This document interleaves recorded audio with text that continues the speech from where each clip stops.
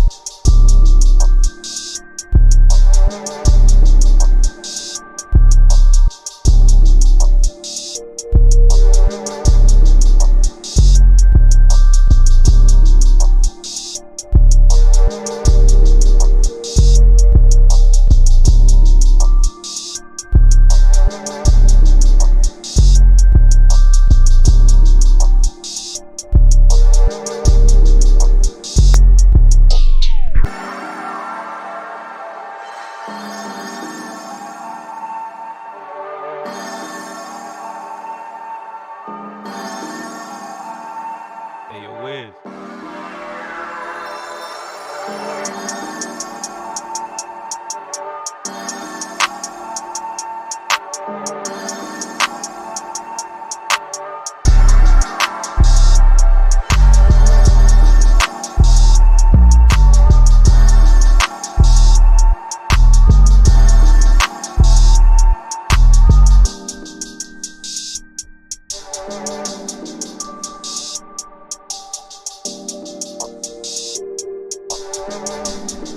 Okay, let's turn the music off.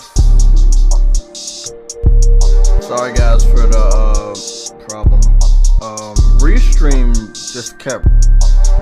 I tried to go back live, I was watching the show, and I didn't want to get copyrighted, so I had to cancel that one out. But I was trying to go live with Restream like I normally do, and I don't know, just kept doing that little circle thing, like it's loading, but it never loaded. So I don't know what the fuck that was about. But let's get started with the show. I'm in the Discord. Let me get the headsets on.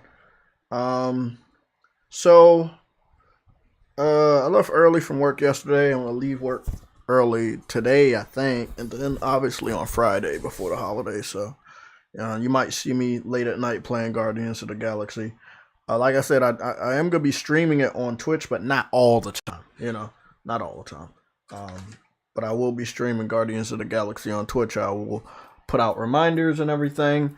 We're going to talk about God of War. We're going to talk about what we talked about on Sunday. So let's get started. Again, welcome to everybody that's returning, the new people. Let's get started. Let's see. Let's open up. Yep, that's a good page to open up. Twitter. Sure we have that.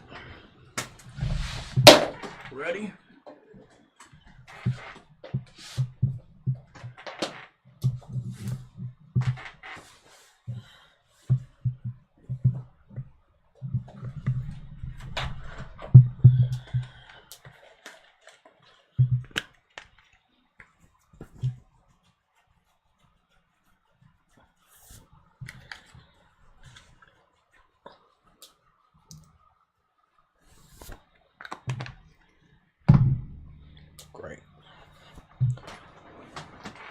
So today, as you know by the thumbnail, is a major red alert. A delay would be a major red alert, and the reason why it would be a red alert would be pretty major too. Let me just put a question mark there. That's gonna bother me.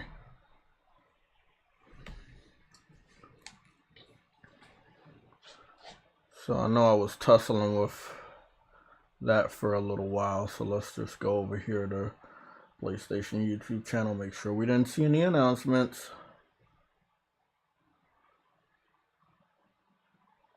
Make sure anything crazy didn't happen in the last 20 fucking minutes. Gotta watch that. That's gonna be funny. Gotta watch that. Okay. By the way, always Mad Gaming. I have watched the 3 man cave videos you posted. One is 30 seconds, one is 32 seconds, and the other one is a minute and 10 seconds. So I did watch all 3 of those videos the other day. Nice man cave, man. Like those curtain scrolls that you got going around the room. That's pretty dope.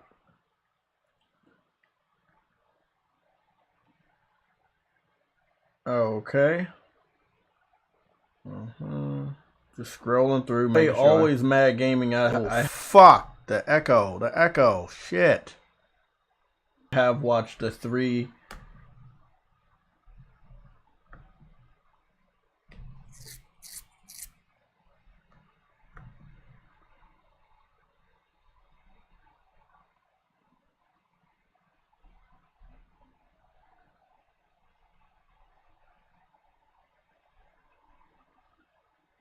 The Switch guy. Okay. Okay.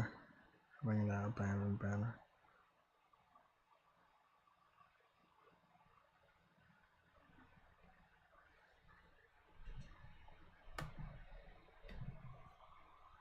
Okay, I didn't know I could do that. They say I got gifts now. Choose whether others can gift you a JayTechTV membership 1 month. Publicly announced on this channel. Okay, didn't know about that. Well, we will allow that. Didn't know I had that. Getting some new perks. Good shit. Let me scroll down a little bit more just to make sure. Dave Live. Definitely want to catch up on that anime. Okay. Cyber Dragon. Post some stuff. Digital Foundry did their podcast, but no real analysis. I feel like they're slacking on the analysis, but that's just my opinion. There's enough games to do comparisons with, but I feel like they're gonna just be doing the analysis based on bigger games because we all know the outcome, and they know what the outcome is gonna be after so many tests. It's like the PlayStation 5 is just gonna be the best. First look. Okay, I want to look at that. Okay, we'll take a look at that.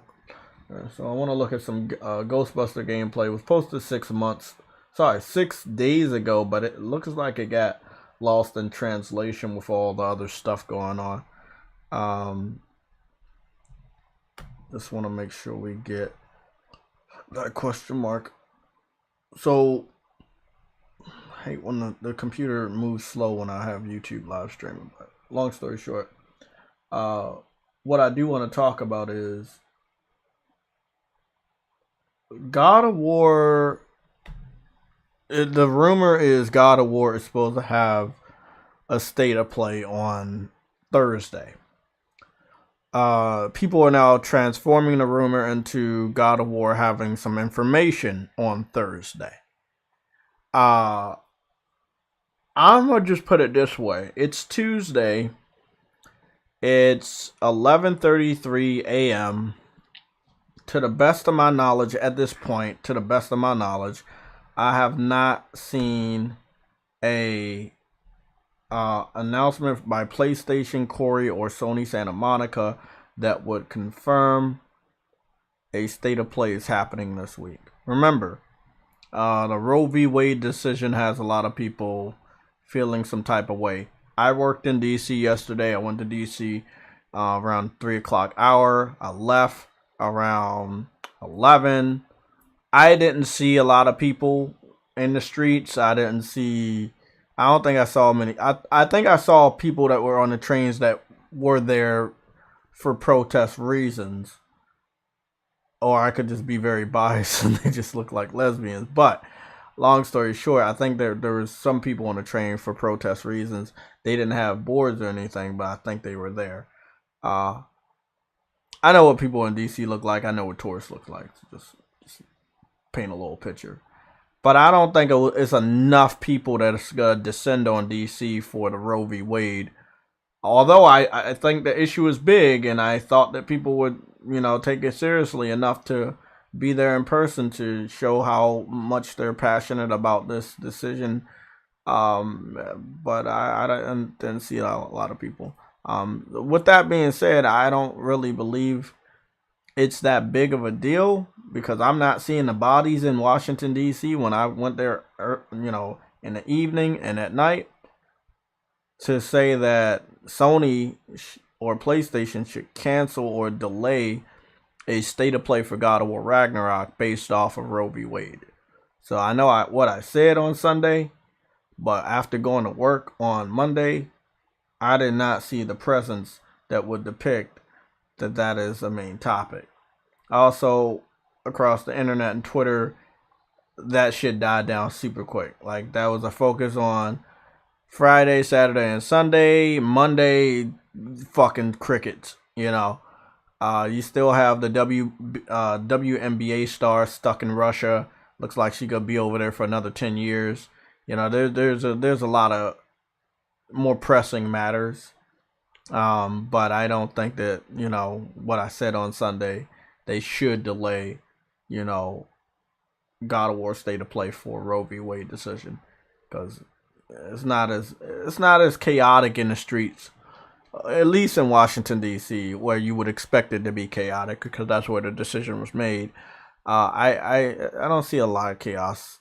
So, there were a couple stores that boarded up their fucking stores, but I'm not sure if they're expecting a lot of people. Plus, we're about to head into 4th of July weekend. I don't think they want to destroy Washington D.C. before, or I don't know if they want to even be in Washington D.C. around this 4th of July celebration because it's going to be a lot of security for that event. So I don't know. Long story short, I don't think it should have an effect. I just think that maybe it wasn't supposed to happen. I believe the snitch, and I know the snitch has been just like on his shit, man. Like he put a little bit of information out today about a new Pac-Man game, and he was right about that. But it's like anything could happen when it comes to God of War. That's all I'm gonna say. Anything could happen. But I don't think it's happening this Thursday. It should though. Like I said, depending on when you give out that pre-order information, maybe you have a couple months in between and then the game comes out. So, we want the game to come out September. We want it to come out as early as possible. It's just probably not realistic. It's very cluttered. There are some other stuff we want to get to. So since everybody in the chat is talking about the Nintendo showcase, we will go look at the Nintendo Switch showcase real quick, and then we will go to third-party websites and YouTube pages so that we can get a confirmation. So one thing that had happened today was Mega Man Battle Network collection got announced, 1 and 2. And now, one thing I know about that is I used to play the fuck out of Part 2 on the Game Boy Advance. I beat the game, and then there was a fucking after part with bass or bass. And the lore of the classic Mega Man and everything that was in this more futuristic Mega Man was just awesome. I love that you were going from the digital world to the real world. One of my favorite Mega Man games besides Mega Man Legends. I really love that one. And they have a collection. They announced it at the Nintendo Direct Mini. They made it seem like it was only going to be for the Switch. Then, after that announcement, we didn't have to wait 48 hours. It got confirmed that it's coming to PlayStation 4 and 5. It's going to PC as well. And this is what I told people. I talked to Jabari or Persona, one of them on Twitter. I was like, hey, this is why you always got to wait at least 48 hours after the initial announcement because, like he was excited. One of them was excited to get it on Switch. And then when he found out it was on PlayStation, he was like, well, I get it on PlayStation so I can get the Platinum. So, long story short, always give at least 48 hours. Sometimes it doesn't take 48 hours. Sometimes it takes an hour, maybe less than a day to get information on a game that you see somewhere else that might come somewhere else. We also got the confirmation today. This took weeks. Yeah, weeks. This one didn't take 48 hours. This took weeks to confirm that Persona games are going to the Switch. We all knew they were going to come over. We knew the Switch is strong enough to play cel-shaded games, which are Persona games, or the ones from PSP or PlayStation Vita. We got the confirmation today, so now Persona is coming to Xbox, PlayStation, PC, and Nintendo Switch. Persona games are going full multi-platform, something I predicted years ago. And hey, that's what's going on. Yeah, I know we do need a Mega Man Legends collection. I really wish these developers would give us the games we want, but normally, some fucking ass reason they don't like to do it. Let me see. We got that.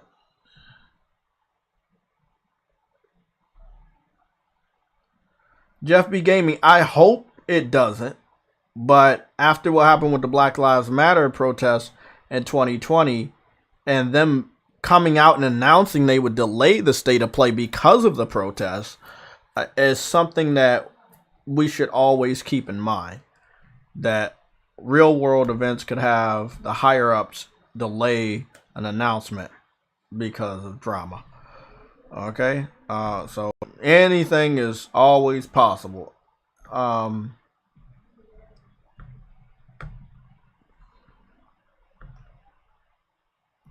So let me get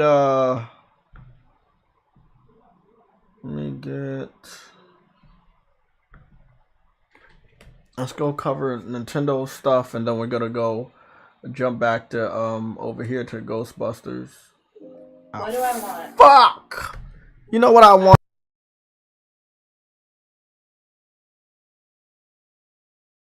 Let's just watch this real quick. Sorry, my fault. So this is a little bit of gameplay for Ghostbusters. We're gonna watch this so I don't forget about it, because I don't think we're coming back to Game Informer. We're gonna go to watch the Nintendo Direct Mini, and then we're gonna head over to IGN. So this is the Ghostbuster 4-player versus 4v1 Ghostbuster game. So somebody's gonna be a ghost, and then 4 other people are gonna be Ghostbusters, or 3. Okay, so it's 3 Ghostbusters and 1 ghost. And 1 person's gonna be a ghost. And you gotta walk around different buildings and try to find that person. So, I'm a big fan of Ghostbusters. I like this version of Ghostbusters. So I'm a fucking love it.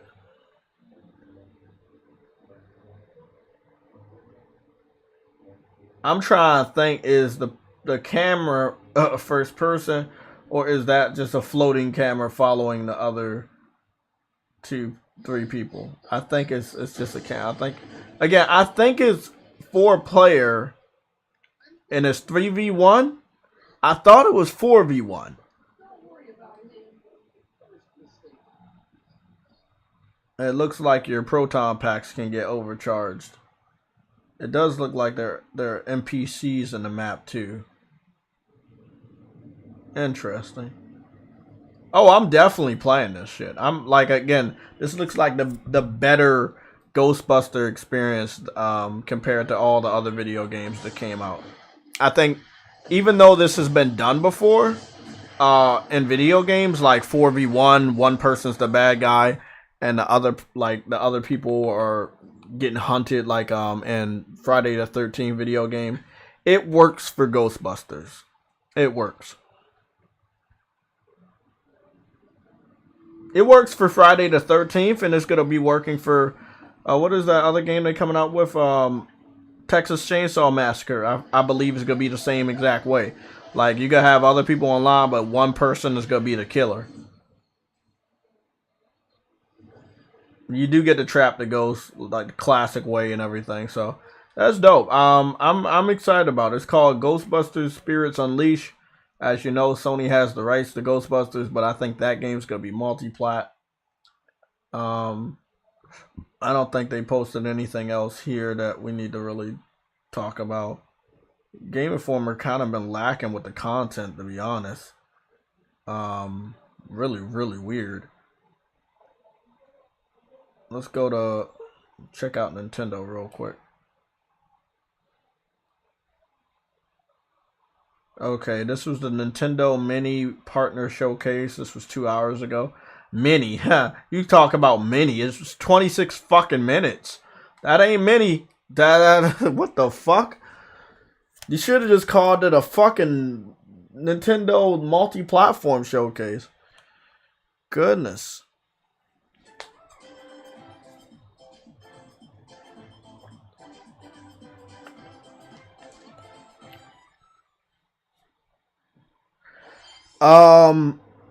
Brian Gaming. I think it's the OG cast of Ghostbusters. Obviously, they might not be able to get all the voices, but I think they got a good amount of the voices. So yeah. Again, we're taking a look at the Nintendo Switch Mini. For copyright reasons, I'm not having the music play. So it looks like we got Monster Hunter first. Kind of makes sense on that one.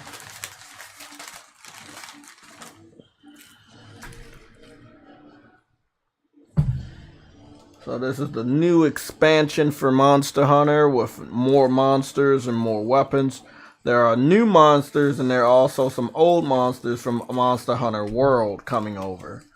Now, what's a little interesting for this, they are showing the Switch version, even though the PC version exists. And I must say the PC version looks really good.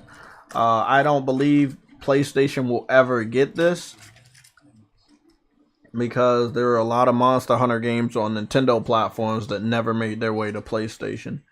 So, again, big shout out to Nintendo for being able to lock old games down exclusively. And I am talking about 10-plus-year-old Monster Hunter games. And some of them are locked down because they don't really feel like bringing them back. They would have to remake them all together. So, yeah.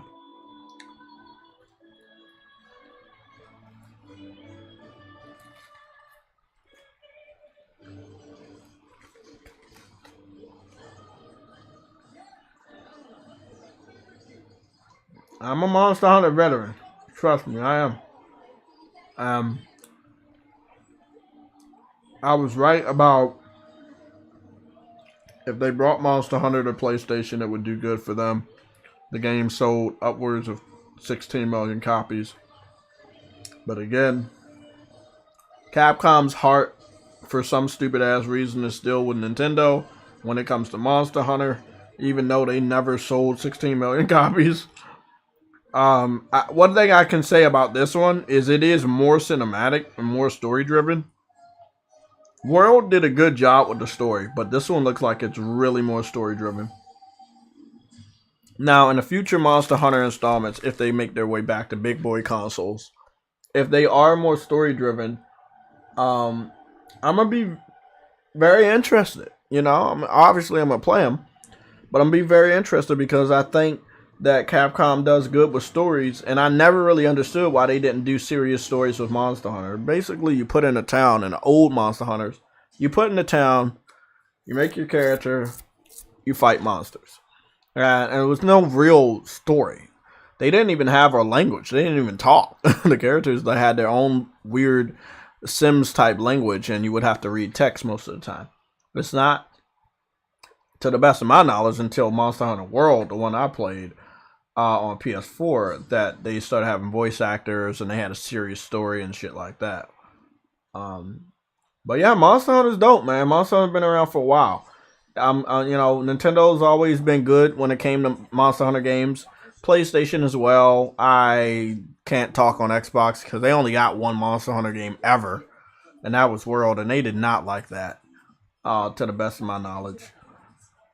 Now, one thing I talk to you guys about a lot is that sometimes when you know PlayStation's about to announce something, Nintendo kind of, even though they act like they don't want to compete with PlayStation because they know they're going to get dog stomped, they do some petty shit like announce their version of a showcase like this, where, you know, it's like they know that PlayStation, they're hearing the rumors that PlayStation is going to have a state of play at least over the last 3 to 4 weeks. And they're like, let's put our fucking showcase the same week that they're going to put theirs. And again, in that respect, even though this is a mini showcase, there's still no reason for Sony to delay God of War State of Play because of this Nintendo Mini. they would still do some weird shit like that. Nintendo, like Sony has done shit like that, you know, and other developers that had news, and Nintendo would just like, oh, well, we're going to put a Nintendo Direct in this week that we already know you're going to have news of a game that's not going to benefit our platform, or we're just going to put this fucking Nintendo Switch Direct here. And, you know, they do it. This is not the first time. They've been doing this for a couple of years now. It's a little annoying. Not a lot of people catch on to Nintendo doing this, but they do it. Now, and I want y'all to think about this. We know we're supposed to have a state of play, but Nintendo does their version of their state of play on Tuesday. Now, we heard about it this weekend that we were going to get a Nintendo Switch Mini. We didn't get the God of War information yesterday. We didn't get the God of War information today. I don't think we are going to get it today. But they did make sure they had the Nintendo Switch Mini today. So, this is the shit that they do. It's a little annoying, pisses me off. Nobody else catches on to it, so they going to keep doing it. Nobody calls them out on this shit either.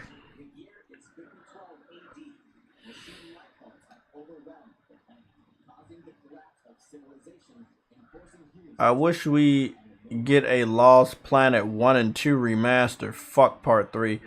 A Ghosta. Oh my goodness. That's a fucking legendary game. Good shit right there, bro. Yeah. Lost Planet 1 and 2, and it had multiplayer. Oh my goodness. Sign me up for that.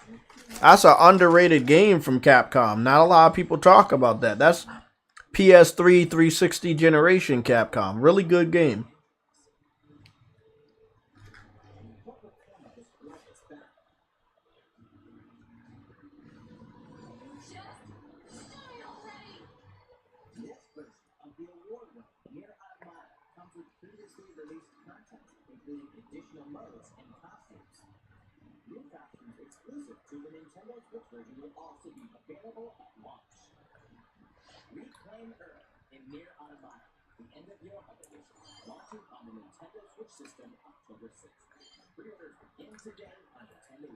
So they have Nier Automata finally coming to the Switch after fucking shit, I don't know. Let me go check that out. I know it's been a long time since it came out.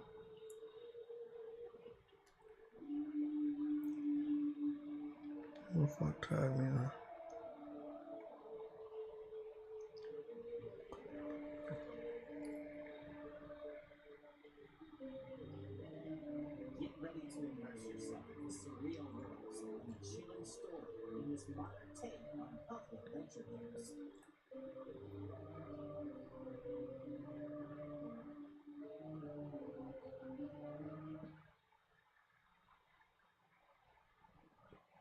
Solve the enigma of Lorelei and the Laser Eyes, launching first for consoles on Nintendo Switch next year. I missed the game just now because I just don't give two fucks about the Switch. I guess I didn't miss much. There's some Lorelei in the fucking awesome eye, some dumb shit, whatever. 5 years, I know. Wow, bro. Like they probably had to make a Switch version of the game. They didn't want to make it, but the Switch has sold so many consoles, so they were like, let's make a Nier Automata and see how many people over here buy it. It's a much better investment than putting a game on Xbox at this point in time, because at least on the Switch, you know people will buy the game. On Xbox, people are just waiting to hear if your game is going to be on Game Pass.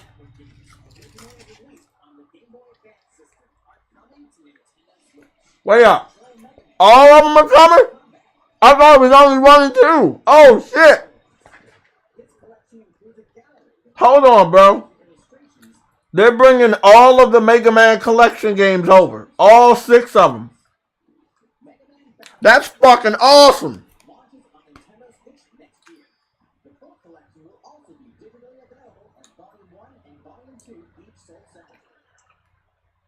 Wow, so Volume 1 and Volume 2 each sold separately. So I guess one is going to have 3 and the other one's going to have the other 3.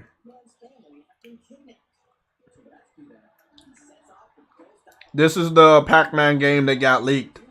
I believe this is based on the Pac-Man game I played on the PS1. So it might be a remake of that. Oh, yes, it is. Yes, it is. It's a, oh yes, it's a yup. Oh fuck, it's this one. Okay, yeah, this is a big deal. This is a big deal. So the snitch leaked this out. Basically, put a yellow ball and some 4 dots. Everybody knew it was Pac-Man. It's a remake. Okay, that's a remake of the original. I fucks with that. I can definitely get that. Nice little classic platformer. I fucks with that. That game is also coming to other platforms.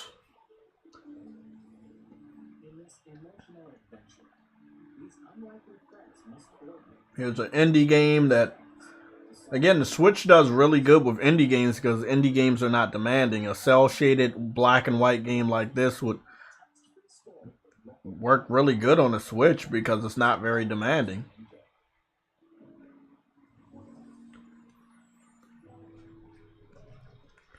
What's going on, ATP? Mega Man Legends 3 got canceled in 2011, and the developer left and the developer left Capcom. Battle Network Collection is skipping the Xbox, by the way. Yeah, I did see that. There's some other games skipping the Xbox as well.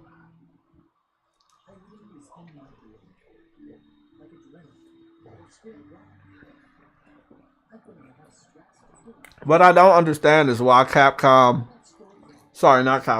Atlas and Sega withheld the information that all the Persona games were gonna go to Nintendo Switch. I already knew this years ago, but I don't know why they waited.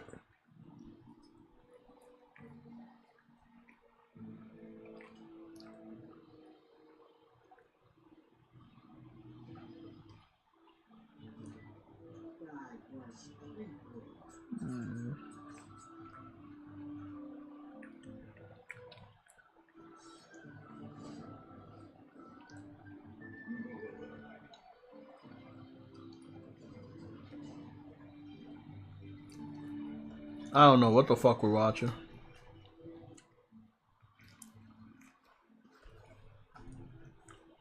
That Nintendo Switch yet.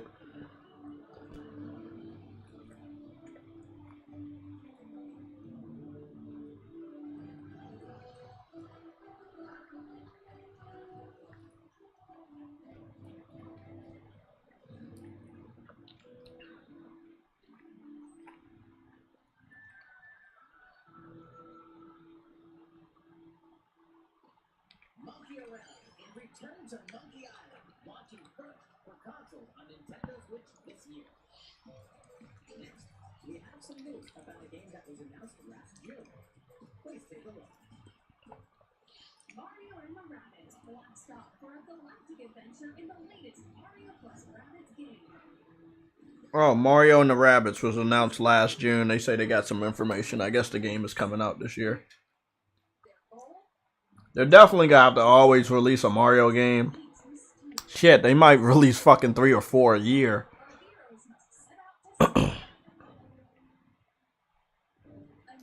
Don't matter what this is. It's mixed with Rabbids and it has Mario. This game's gonna do gold. It doesn't matter what it is. It's just gonna do gold. So I'm not even gonna sit up here and say anything bad about it because we know this game's gonna sell like hot fire. I'll show you guys the secret after this.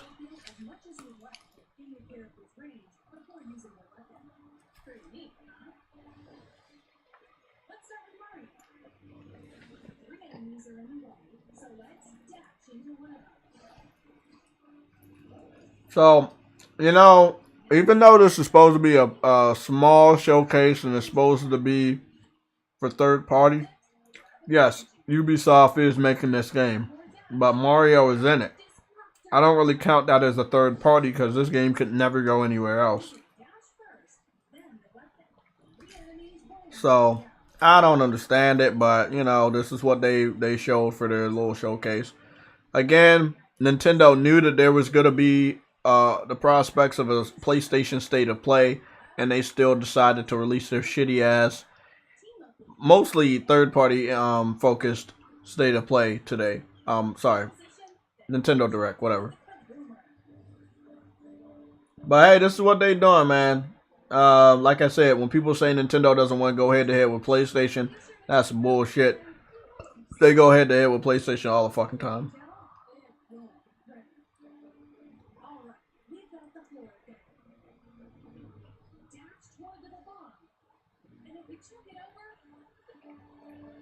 Yep, this is a turn-based RPG. I think RPG type of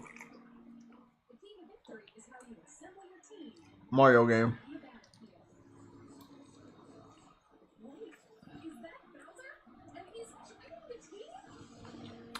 What type of Sonic game you talking about, Nick? You said Sonic looks terrible to me. Which one? Did they show one today? I'm still watching the whole thing.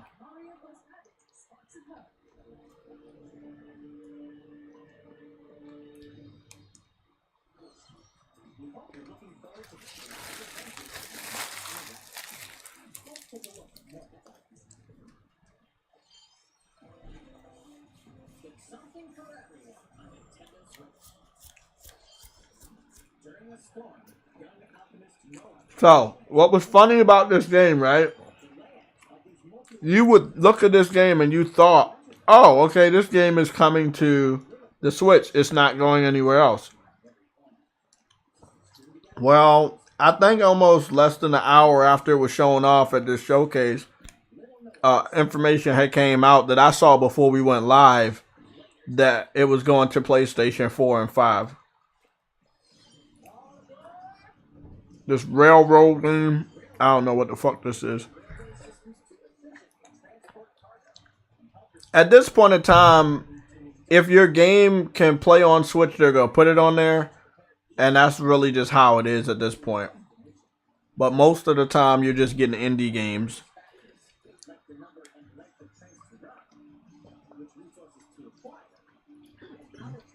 It has nothing to do with them not believing that people will buy games. It's just that not everything can run on the Switch.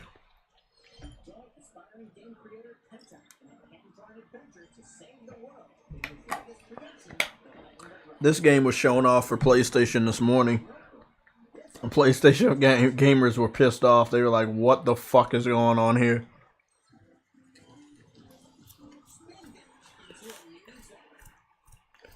Mr. Mass Produced, they showed more Frontier. Oh, here it is right here. Oh my goodness. It looks like dog shit on a Switch. Oh, God, no. Bro, everybody kept... Oh my god. Oh my, hold on. Hold the fuck on, bro.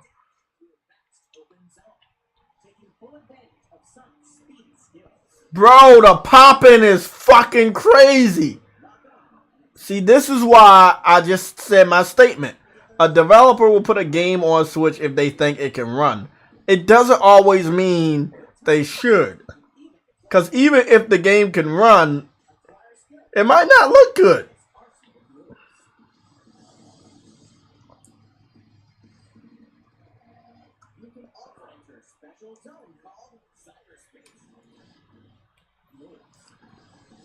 Hold on, bro. What in the fuck? Hold on. I saw a texture that was from the... What the fuck is that? What? Hold on. I gotta look at that. I gotta look at that one more fucking time, bro.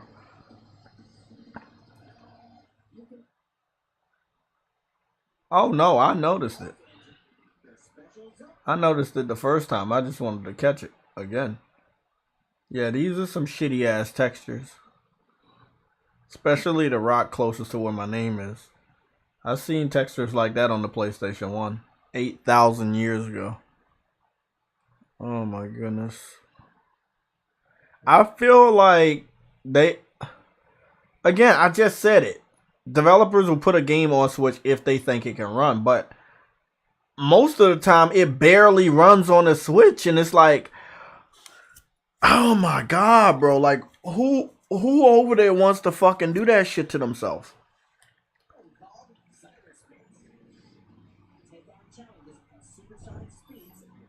Oh, they got the classic Sonic level. I like that. That's good. They got the city-based Sonic levels and the classic Sonic levels. Okay. At least I don't gotta worry about running around this empty ass fucking world that I don't give a fuck about.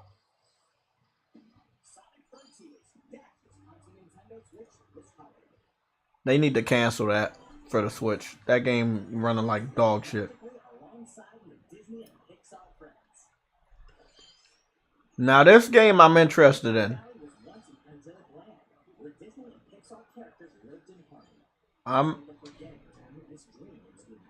It's basically Kingdom Hearts but without Square Enix.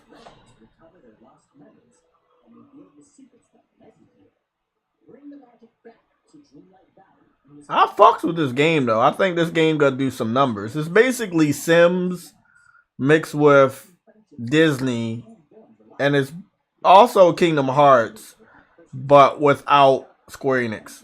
And it's a beautiful mix because games like this do very well. Oh, you get to cook and shit?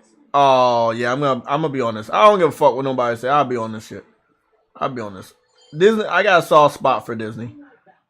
Early access, September 6th. Early Gameloft is making that. They Gameloft does really good looking games on cell phones. But I know they perfected their craft over the last couple years. So yeah. This game got confirmed for PlayStation, but I don't know if it's going to Xbox at all.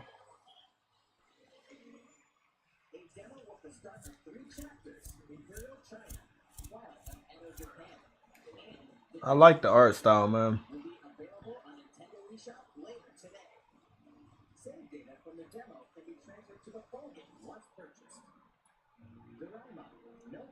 Yeah, I heard about this. This one's coming to PlayStation as well, but not going to Xbox. It will skip Xbox. It's basically a Harvest Moon game.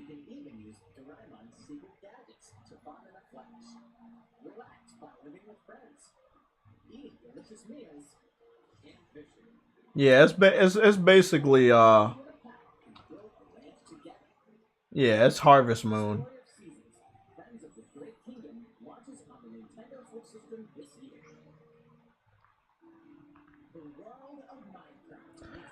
This is Minecraft Legends. We already knew this was on everybody's platform. The game looked like dog shit when we saw it on Xbox. And that's probably because they desperately wanted this game to also be on Switch to get as much money as possible. And I'll tell you why. Minecraft sells a lot, at least in the UK, on the Switch. The Switch version of Minecraft is always at least in the top 10 in the UK. Now, this version of Dragon Quest, I don't think it's coming to PlayStation. We got the announcement for Switch, but I don't think it's coming to PlayStation. I can go check on YouTube, but I don't think it will. I would love to play this, but I don't want the graphics to look like this. I think the graphics can look much, much better. But when it comes to Switch, you gotta make games look this bad because the system is so fucking weak. You know, I don't think this system was made for good looking graphics in an open world setting. Like if you ever do open world games on Switch, it probably has to look like dog shit or run like dog shit.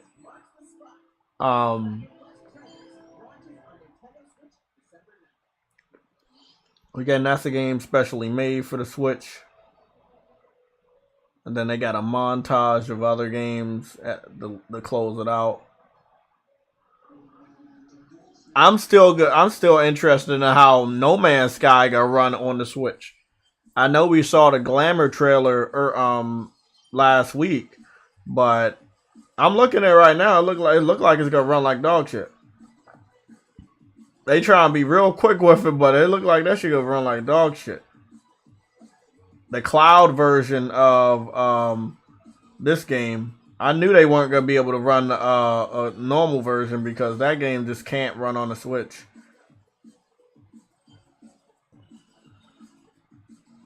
Another indie type game.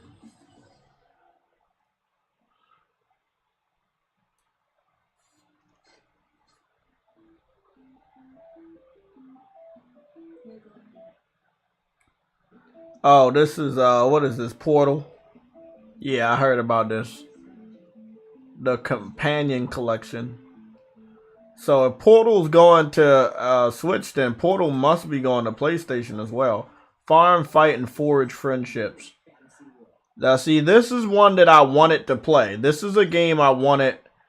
This is the game I wanted for PlayStation. I don't know if it is coming to PlayStation. It's called Harvestella by Square Enix. You know I love my boys at Square Enix. But again, they still have this soft spot for Nintendo. Even though Nintendo rejected Final Fantasy, and that's how Final Fantasy ended up on PlayStation for so many years, they still go back. Like, if it was me, I would have held a grudge. Fuck that dumb shit. I would have given them a middle finger and I said, I'm not working with you no more. Now, they did do that, but then every now and then they go back. Not for everything. But again, you can't ignore over 100 million consoles sold. You can't ignore that. So no matter what they did to you in the past, you gotta try to make that money. It's a more mature looking Harvest Moon game set in the Final Fantasy universe, basically. It's not a Final Fantasy universe game, but you know what I'm saying. It looks really, really good for a Switch game or a game that's on the Switch. I would buy this in a heartbeat if it was on PlayStation. Something is telling me that it's not coming to PlayStation. It kind of sucks because out of all the other Harvest Moon type games I've ever played, this is the one that I would pick up right now. And I love Harvest Moon back in the day. Stardew Valley meets Final Fantasy, yeah. I'm about to go look that shit out right now, to be honest. Let me see.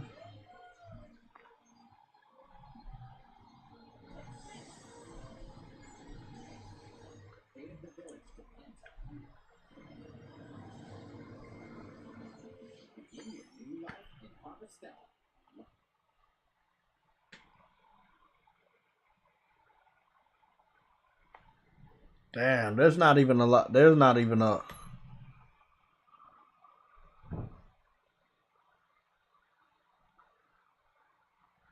I spelled it wrong. Harvestella with a V. I was about to say not a lot of people talking about that one. Okay. They say it comes to the Switch. They don't say it's an exclusive. Launching on the Switch. Yep. They say launching on the Switch. November 4th. Launching on the Switch. Okay, here's more information on it. It's coming to PC also. It's coming to the Switch, but it's also coming to PC. Yeah, Square Enix is really, like they really want games to go to PC. I would buy this. So they kind of just lost the sale because I'm definitely not buying it on PC, and I'm not getting a Switch to play this. I do love my trophies. Like, I really love my trophies, and yeah. I mean, the reason why I love trophies is because it's easy to shut people up. I give you an example. There's a female, I forgot her name already, but she's going around talking bad about Saints Row. Well, she's one of the ones that we don't like. There's like a pretty face that just gives out opinions on shit that she's not a part of. So she's not a real gamer. She talked bad about Saints Row and says she missed the old days of Saints Row. Multiple people said, hey, well, you just started talking about Saints Row like 3-4 months ago because it was popular to talk bad about the series, but you didn't play any of the older ones. You know, and that's the problem. You can't talk about a series if you didn't play any of them. And the game isn't out yet. So you definitely don't have the right to talk shit about it. Go to find out, looked at her YouTube channel. She's been talking about things outside of gaming, anything that's popular from Johnny Depp, anything. So she's basically a view whore in every sense of the word. So yeah, it sucks, man. It sucks. You know, it's always people like that in our community. I would love to just kick the fuck out, but people keep, I don't know, people keep watching them. Damn, this is a good game. Big W for Nintendo. I think this is the most unique one that they got, and it's from Square Enix. So, that's good. I mean, Nintendo got a good holiday. I mean, they got the little Mario Rabbids game. They got that. They got the Dragon Quest game this holiday. I feel like they did pretty good. Now, we are going to be getting the Valkyrie Chronicles game from Square Enix that I saw that was rated by Walmart. So, you know, we'll get we getting exclusive Square Enix stuff, but Nintendo is also, at least right now, until that game maybe comes to PlayStation. But yeah, as far as my research is telling me, it's coming to the Switch and PC later this year. So, looks great though, man. Damn, it looks great. Damn. Lucky motherfuckers.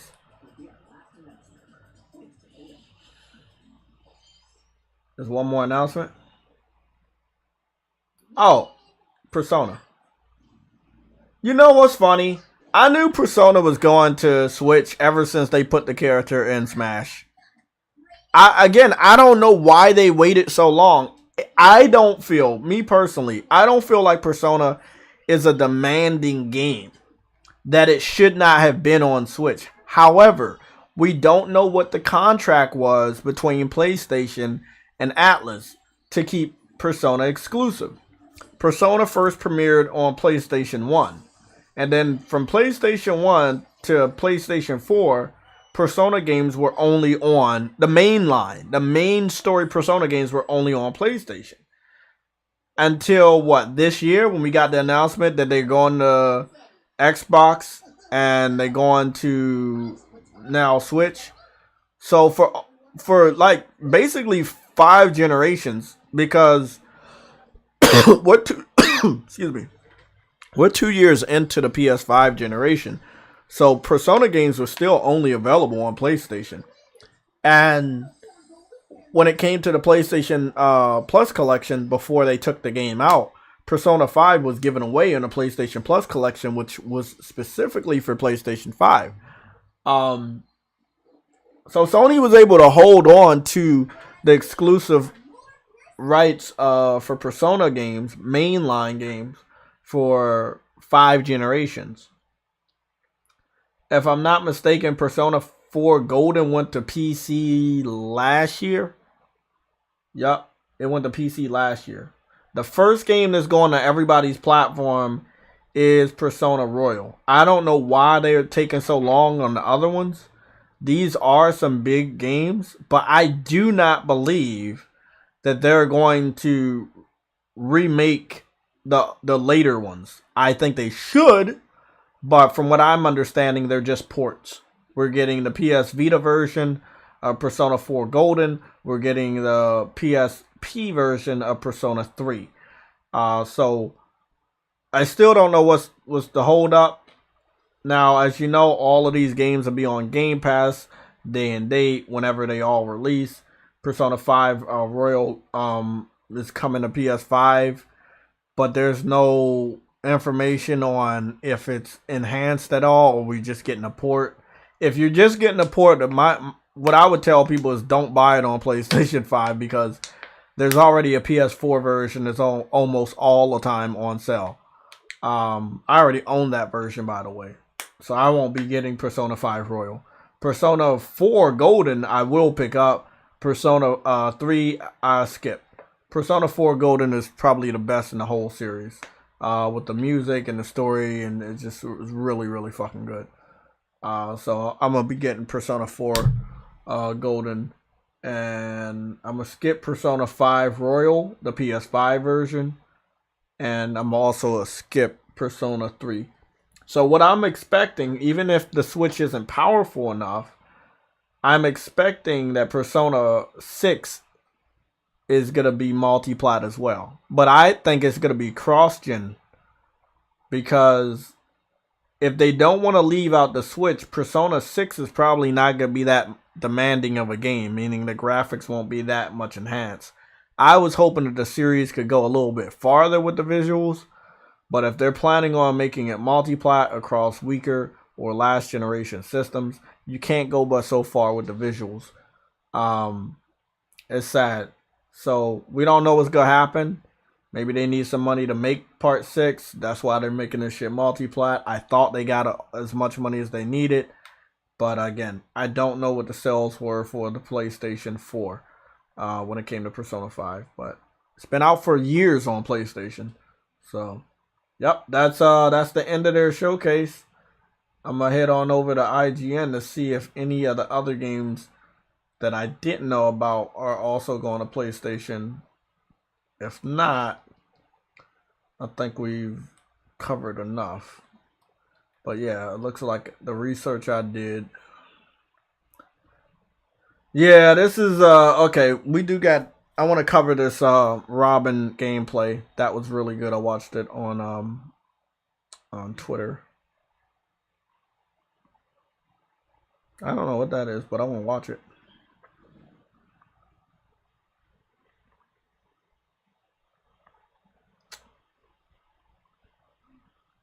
Yep, we're gonna watch that.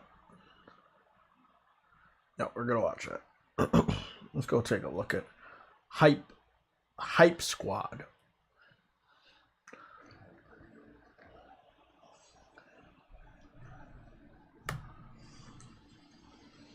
I really wish these commercials would stop showing so much, but they gotta pay the bills, I guess.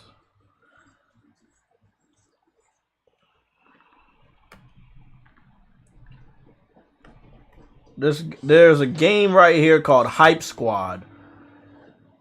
Now, if you got Hype and Squad in your name, I'm guessing it's a modern day, yeah. It looks like it's a third person. Wow, it looks really crisp. I hope this shit ain't for cell phones. Oh my god, I hope this shit not for cell phones. Cause this actually looks pretty dope.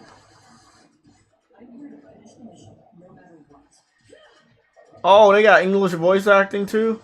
It's like a combat-based battle royale? Is that fucking Harley Quinn?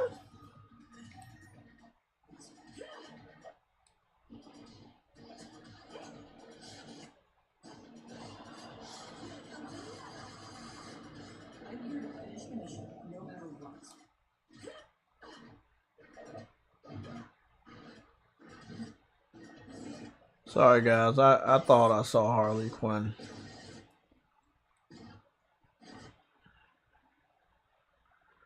No, that's not Harley Quinn. But it definitely no, that does look really like Harley Quinn.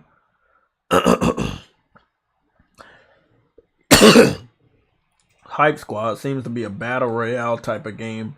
But it could end up being similar to Overwatch, where it's not quite a battle royale, but I don't know what the fuck Overwatch is. Somebody's gonna have to break that down to me. Might be an arena-based game, but it seems to have a pretty good map.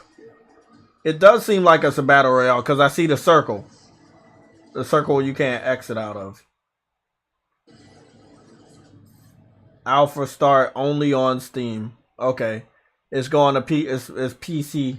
It's PC only right now. It's on alpha. God damn. It's not a beta, not an early access. It's an alpha. Oh, might want to stay away from that for a couple years. What the fuck is going on here?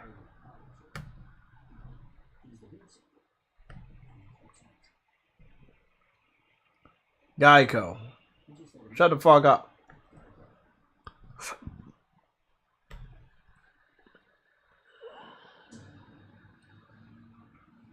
Oh, yeah, the hero shooter. There you go. Okay, so I learned some stuff. I was very curious about this. I think I've been curious about this shit for like 2 years now. When it came to Gotham Knights, I didn't know which Robin this was. It seems like this is Tim Drake. I was hoping it was Damian, but it's not. This is Tim Drake. The only version of Tim Drake I really like is from the Teen Titans cartoon from many, many years ago. But Dick Grayson is the best Robin. He grows up to be Nightwing, which is on this crew. There was another Robin. He was Jason Todd. He grew up to be Red Hood, which is also on the crew. Now, I feel like Damian Wayne is the better Robin, obviously, because his background, his combat background, and he uses samurai swords and shit. But I guess they think that might be a little too violent, and that they would have to put blood splatter, and they didn't want to do that. So Instead of using Damien, they decided to use Tim Drake, which uses a staff. Now, the combat in this gameplay you're about to see is really good, but it is a glamour shot. That means that the gameplay might not be as glamorous as what they're showing us here. It does not mean this is not gameplay. It is gameplay. It's just made to look better than it really is. Okay? Most people don't understand that, even this day and age, when all of us have been gaming for almost 20 or more years. This, what you're going to look at, is very glamorous. It's made to get you excited, but it might not play the same way in the video. Now, this is what they say down the bottom.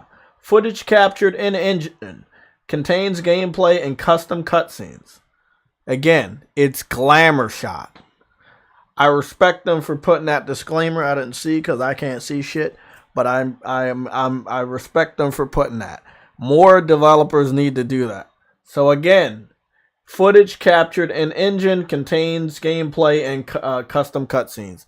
It does not mean this shit will look this good when you playing it. And we don't know what platform they're running it on. Possibly a PC. So we're going to start from the beginning. And I'm going to let you guys judge. I'm going to head down to the chat and have some conversations with you guys.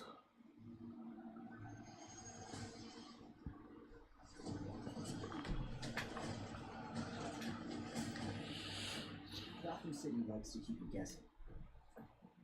It's hard to imagine a Robin without a Batman, but I guess it's up to you to figure that out.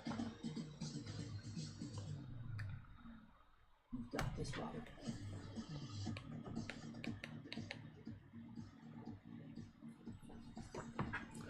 Now, while you're looking at this, I'll give you some commentary. Tim Drake is the Robin that uses more gadgets.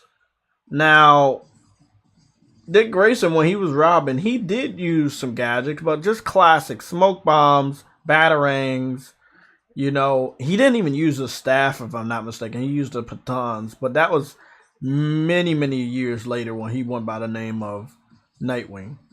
This is the Robin that you know from, excuse me, that you know from the Teen Titans cartoon show, the original one back in the day, that used the staff. He's really good with the staff. It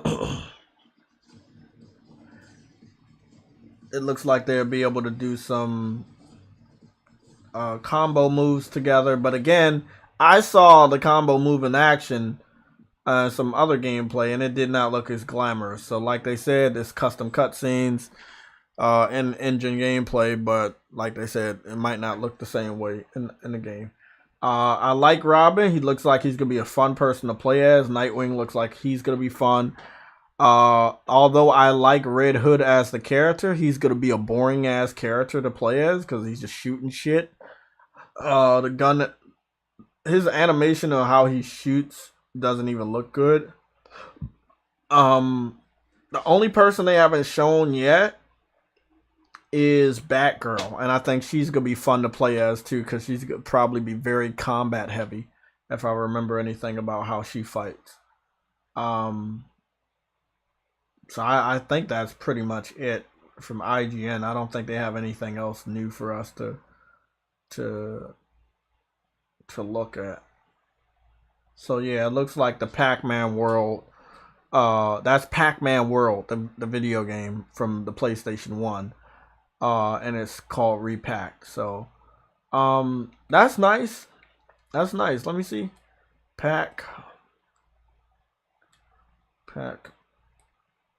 Man. Everything they about to show us is just the remake. I hate that shit. Fucking hate that shit. Pac-Man World. Pac-Man World. Where's the original Pac-Man World? Pac-Man World. There you go. 1999. This is a PlayStation 1 game. Yup. It's always funny when they do shit like this. It just really is. It's like they make it multiply. They know it's like, hey, we know you weren't here back then, and we're not gonna even acknowledge that it was ever on PlayStation, but we'll talk about 2 and 3. Because if you looking around at what I'm showing you, they only show part 2 and 3. They don't like to talk about 1. 1 was the best. That's why they remaking it. And that was on PlayStation. It looked like they made a Game Boy Advance version, but it definitely wasn't on PlayStation's level because it couldn't do 3D graphics. Exactly. PSX, PS1, PS1. Yep, that's the original Pac-Man world. So we'll show off a little bit of gameplay of that. Big shout out to God Games. Yep. And this also another way for them not to re-release it for the PlayStation Plus Classics. So hey, I guess that's what they're gonna do. They're like, hey, buy the game again. I will gladly buy the game again because it's fucking really, really good. But we gotta acknowledge how great the cinematics were on the PlayStation 1 for Pac-Man World, as well as how good the graphics were. Normally when you have great cinematics like this, the game didn't look as good. And they did a really good job of having great cinematics and great games. Oh, the dog. What is it? Oh, yeah, I remember now. Everybody was... So it's a baby pack right there. It's a motherfucking baby. Ha! Yeah, so everybody was going to the birthday party.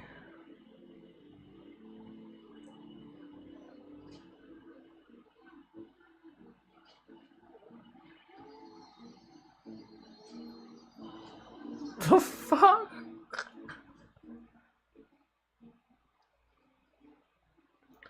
And then there's...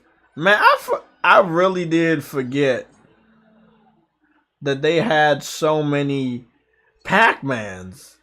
Like, first it was just Pac-Man and Miss Pac-Man. And then, I don't know, they just had tons of babies or some shit.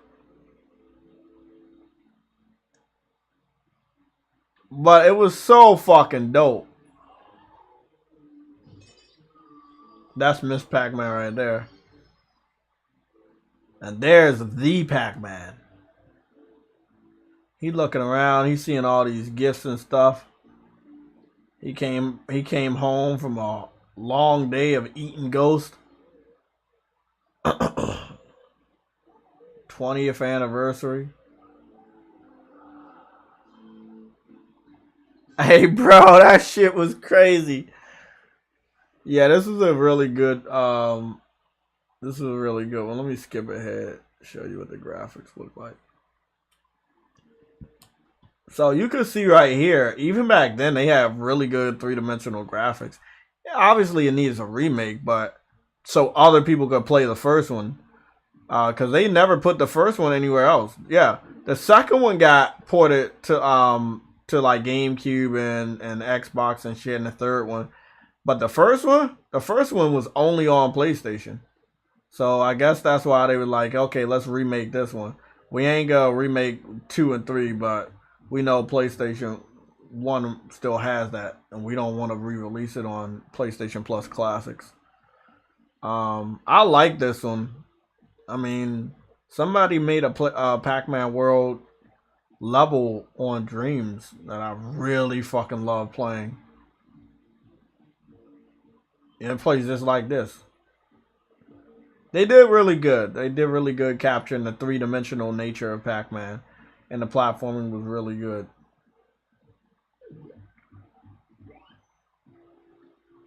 So then they had a lot of classic features, like you could still get the fruit. You know. It was really good. It's good that it's getting a remake. It deserves a remake. Everybody loves Pac-Man, so Pac-Man World should do good. Again, the game is, I believe this one's going to Xbox, and Again, I could speak for Nintendo and PlayStation and PC. Maybe PC knows the legend of Pac-Man and how important Pac-Man is to gaming. So maybe it sells good over there, but on Xbox it's gonna flop. Okay, you got Robin being shown off over there an hour ago. Games with gold. Let's see what they're doing over there. Yeah, I mean you get better over time. Like the levels are difficult. It's like what's that game? Returnal. Not Returnal. I said Returnal. Resogun. Resogun I used to suck at, but got much better. Reflexes got much better. Oh yeah, it really was, man. I love Pac-Man World. I played that a lot on the PS1 and a Pac-Man Museum. It was so weird because like you get to walk around in first person through the museum and go to the different Pac-Man games. PlayStation was just amazing platform. I love PlayStation 1. Okay, so this is what they're getting with the games with gold. Everything I don't know. Like, I mean, again, when you gave away so much, and I'm not saying what they gave away was good, because let's be honest, what they gave away over the last 8 years on Games with Gold has not all been good. Because then they started giving out better games on Game Pass. So you can't give out the same games on Game Pass that you're giving out with Games with Gold.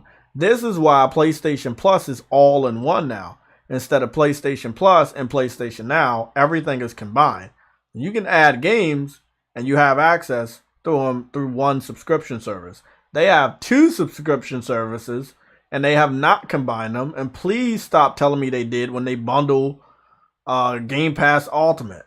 Game Pass Ultimate is not just Game Pass. It's still games with gold. You're still getting games that are with gold, and then there are different games that are going with Game Pass. The games with gold for a good amount of years now have been garbage. They've been shit that you find in a bargain bin or at a thrift store or a yard sale. There are games that no one gives 2 fucks about. Not even the Xbox fans hype up games with gold. They need to get rid of it, but they don't know how. Let's go take a look at some of these shitty ass games. Brought to you by Phil Spencer and the Legacy of Doom.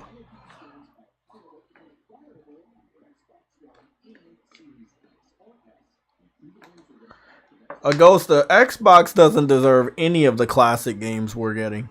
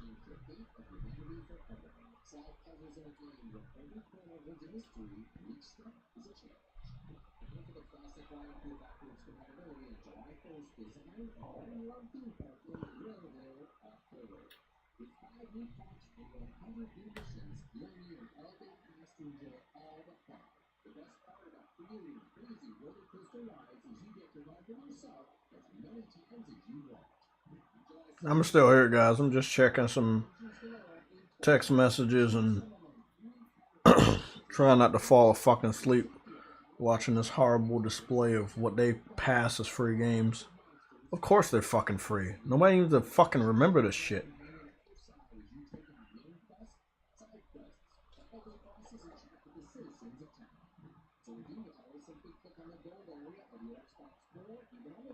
I ain't gonna lie though, bro. Nintendo fans have been asking for they've been asking for Persona for years. I'm happy for them. They finally get Persona games. It's sad that they got to start with 5 and then go down the line.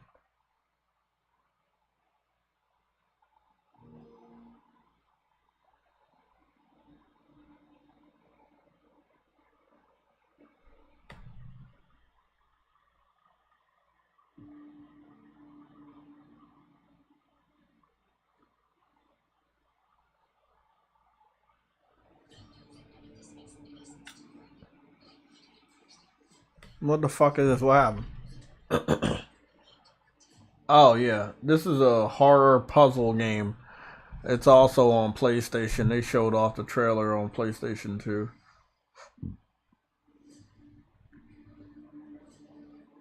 That's one thing that looks like it'll never go away from gaming is horror games. They're making a big comeback over the last 8 years.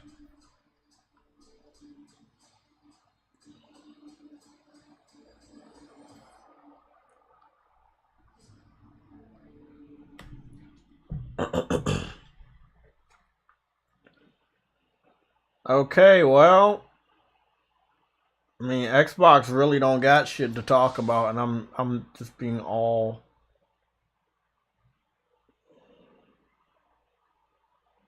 I want to see what this stuff is.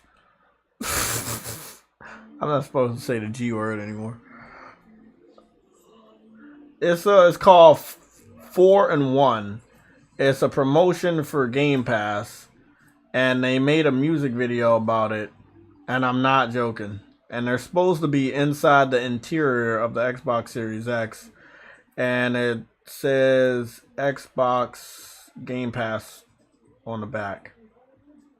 I mean, when you sit up here, when people sit up here and tell me that Xbox is like for like hardcore mature, I can't agree with that ever.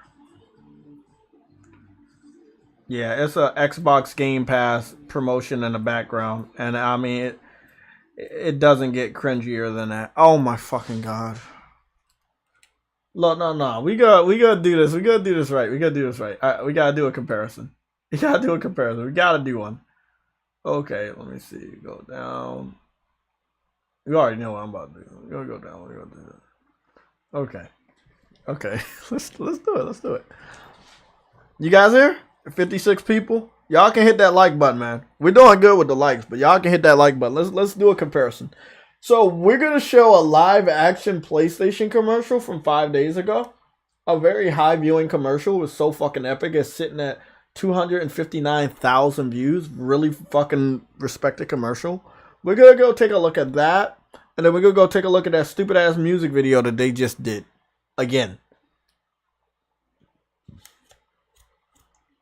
So this is the advertisement trailer for PlayStation Plus, and the shit we just watched from Xbox was what they were using to advertise Game Pass. Just look at how much they care, bro. Look how much they care about their service compared to other people's services.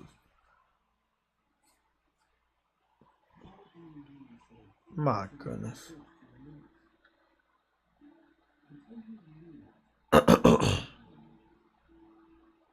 Mickey Mouse Club shit.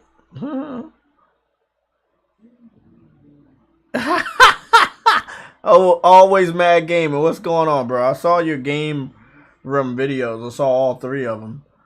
Nice game room, man. I like the little curtain scrolls that you got surrounding the room. It's pretty dope. Gregory, what's going on? I enjoy Xbox and I love Game Pass, but that shit isn't helping. Nope, it's not. Reminds me of Hogwarts. Is still this year. Yeah, I mean, I hope nobody plays Hogwarts on fucking Xbox, because, I mean, let's be honest. I'm going to be honest, you playing it on Xbox isn't going to help. There'll probably be like at least 500,000 or less people in total that actually buy it on Xbox. Shit, I think I'm being generous with that number.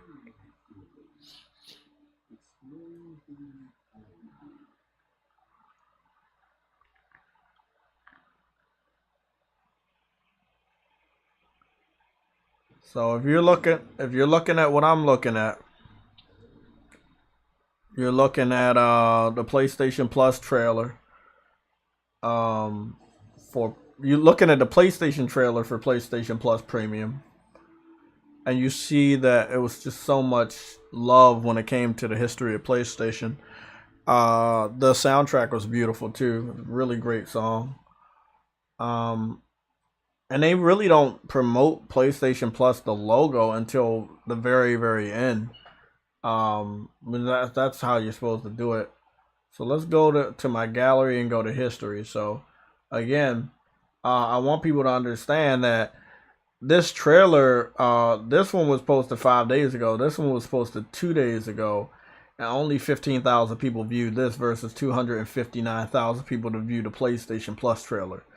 PlayStation Plus has more games than Game Pass. It wins by default. It has more quality games than Game Pass. It wins by default. It's over. Can't argue at all.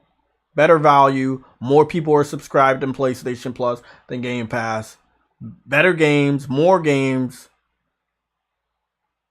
Cheaper per year. It's done.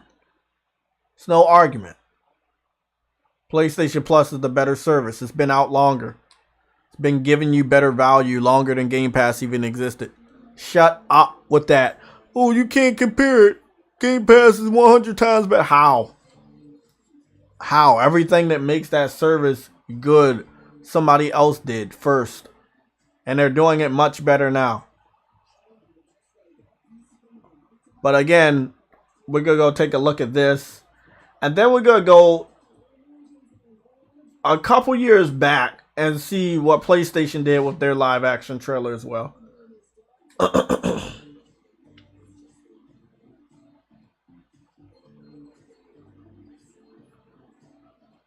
This is Xbox. This is not for people that grew up playing Halo and Gears. This is for the young generation. They try and get and what was funny? You want to know what's so disrespectful? This wasn't even a Game Pass commercial. This was PC Game Pass. This wasn't even Xbox Game Pass. This is PC Game Pass. Let's dwell on that for one moment. Okay, everybody? Let's dwell on that for one moment. They made a fucking music video for PC Game Pass. Really? Really? That's what they doing now? Like they think PC fans like boy bands? What the fuck? Hey, bro. Oh my goodness. I don't know what's going down. Oh goodness. Oh. That should almost put me to sleep. I don't fucking know. I don't know what's going down. I don't know what's going down. Like that just doesn't make sense. There's a trailer that I was sorry. I made a mistake.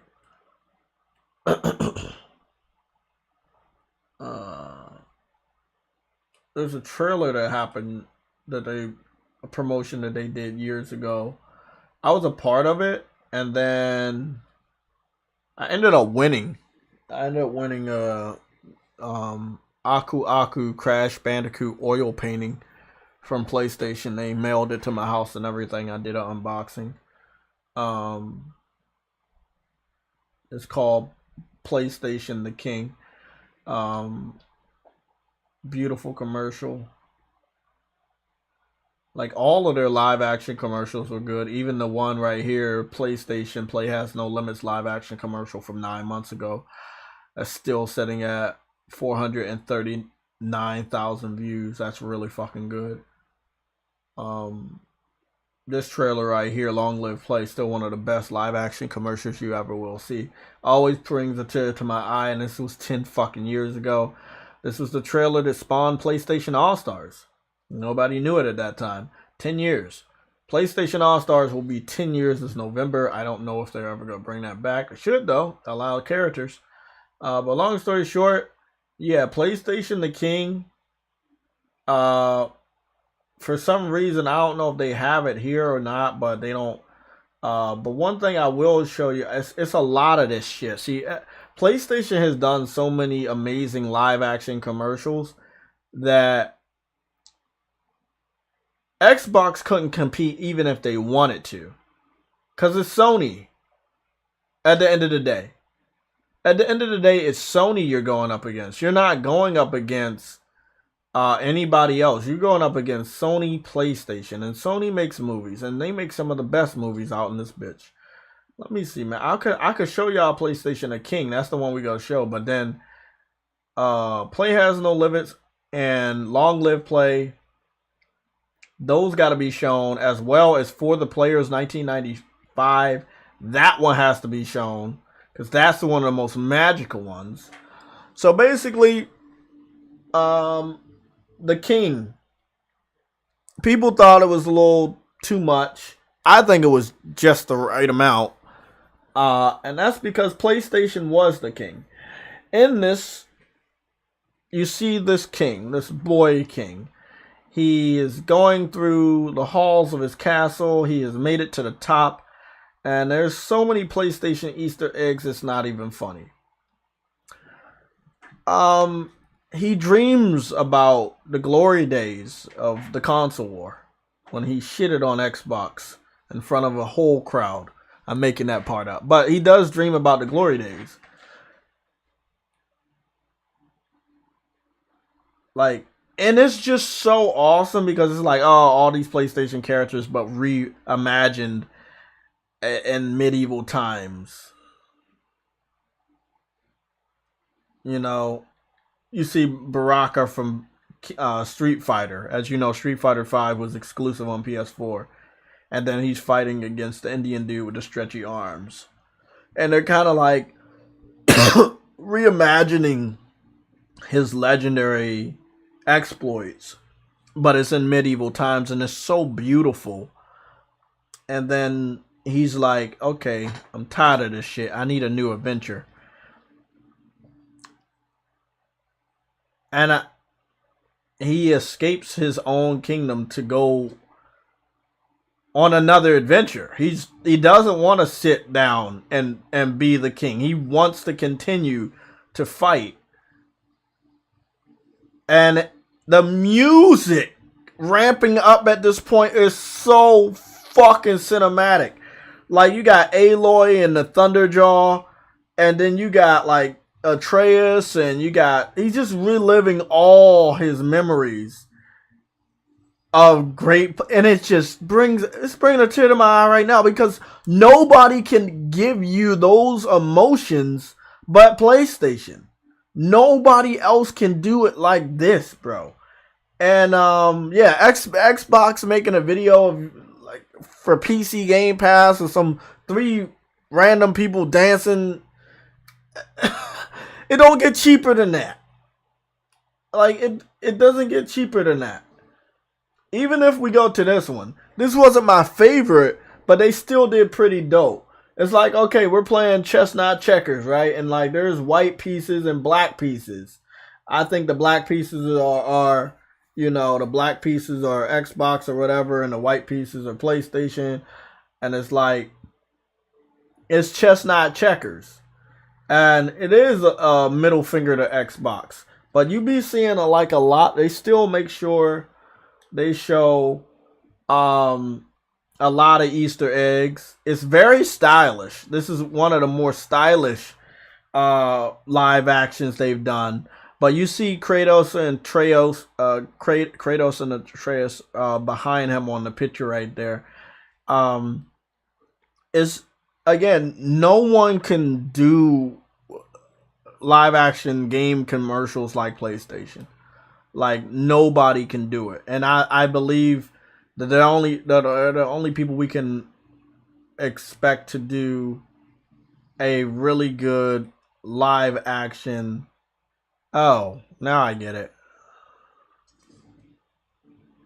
There was an Easter egg for Pac-Man in here, and I think that's, maybe they were talking about the Pac-Man remake.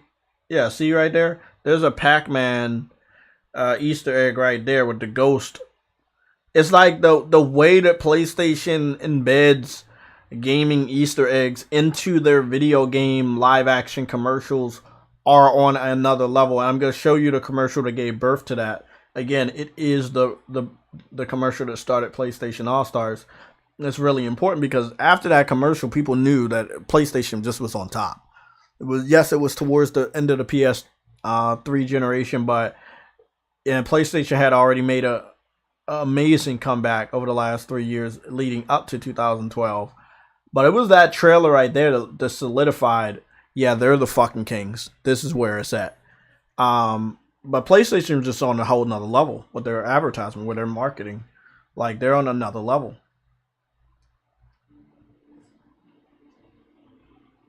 No one can kick their ass when it comes to online marketing. Nobody. Again, like I said, this was a little stylish. I don't like their stylish ones that much. But I think it was based on trying to be futuristic as well. The music was good. The tone was good. It was like a modern day medieval times. But it had a message. And it was like, you think you know who you're dealing with. You think you can set a trap for me. And you think you can take over. But you got to watch your back. Because in a couple short moves, you will be the one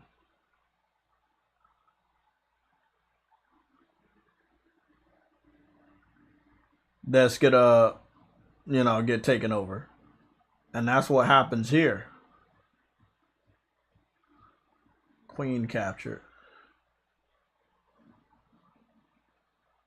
And again, he's playing chess, not checkers. Music's good. Now, they had the song from Wonder Woman 1984 that was shown off in the very first trailer for 1984, which I really love this song. But, again, not my favorite PlayStation live action advertisement, because it was a little bit too stylish for me, but still, it was amazing in its own right. Now, if we go, let me see which one I want to show off. We go back to the PlayStation All Stars Long Live Play Sony character commercial, and then we'll go to this was the best. It's for the players since 1995. And that one shows a boy and his sister growing up from 95 to when the PS4 comes out, and showing how they grow up and showing how the room and the times change. And it's so, again, only PlayStation can do shit like that. Only PlayStation can do shit like that. Beautiful. This one gonna be your favorite one. I'm gonna put the music on for this one, if you guys don't mind. So let me go do this one. Bro, I watched this shit 80,000 times probably. Always at the end, it brings a tear to my eye. I don't know how it still hits me emotionally. And it's not all about exclusive characters. There are tons of third-party characters that we knew in this advertisement. But it was so fucking good. The point I'm trying to make is that,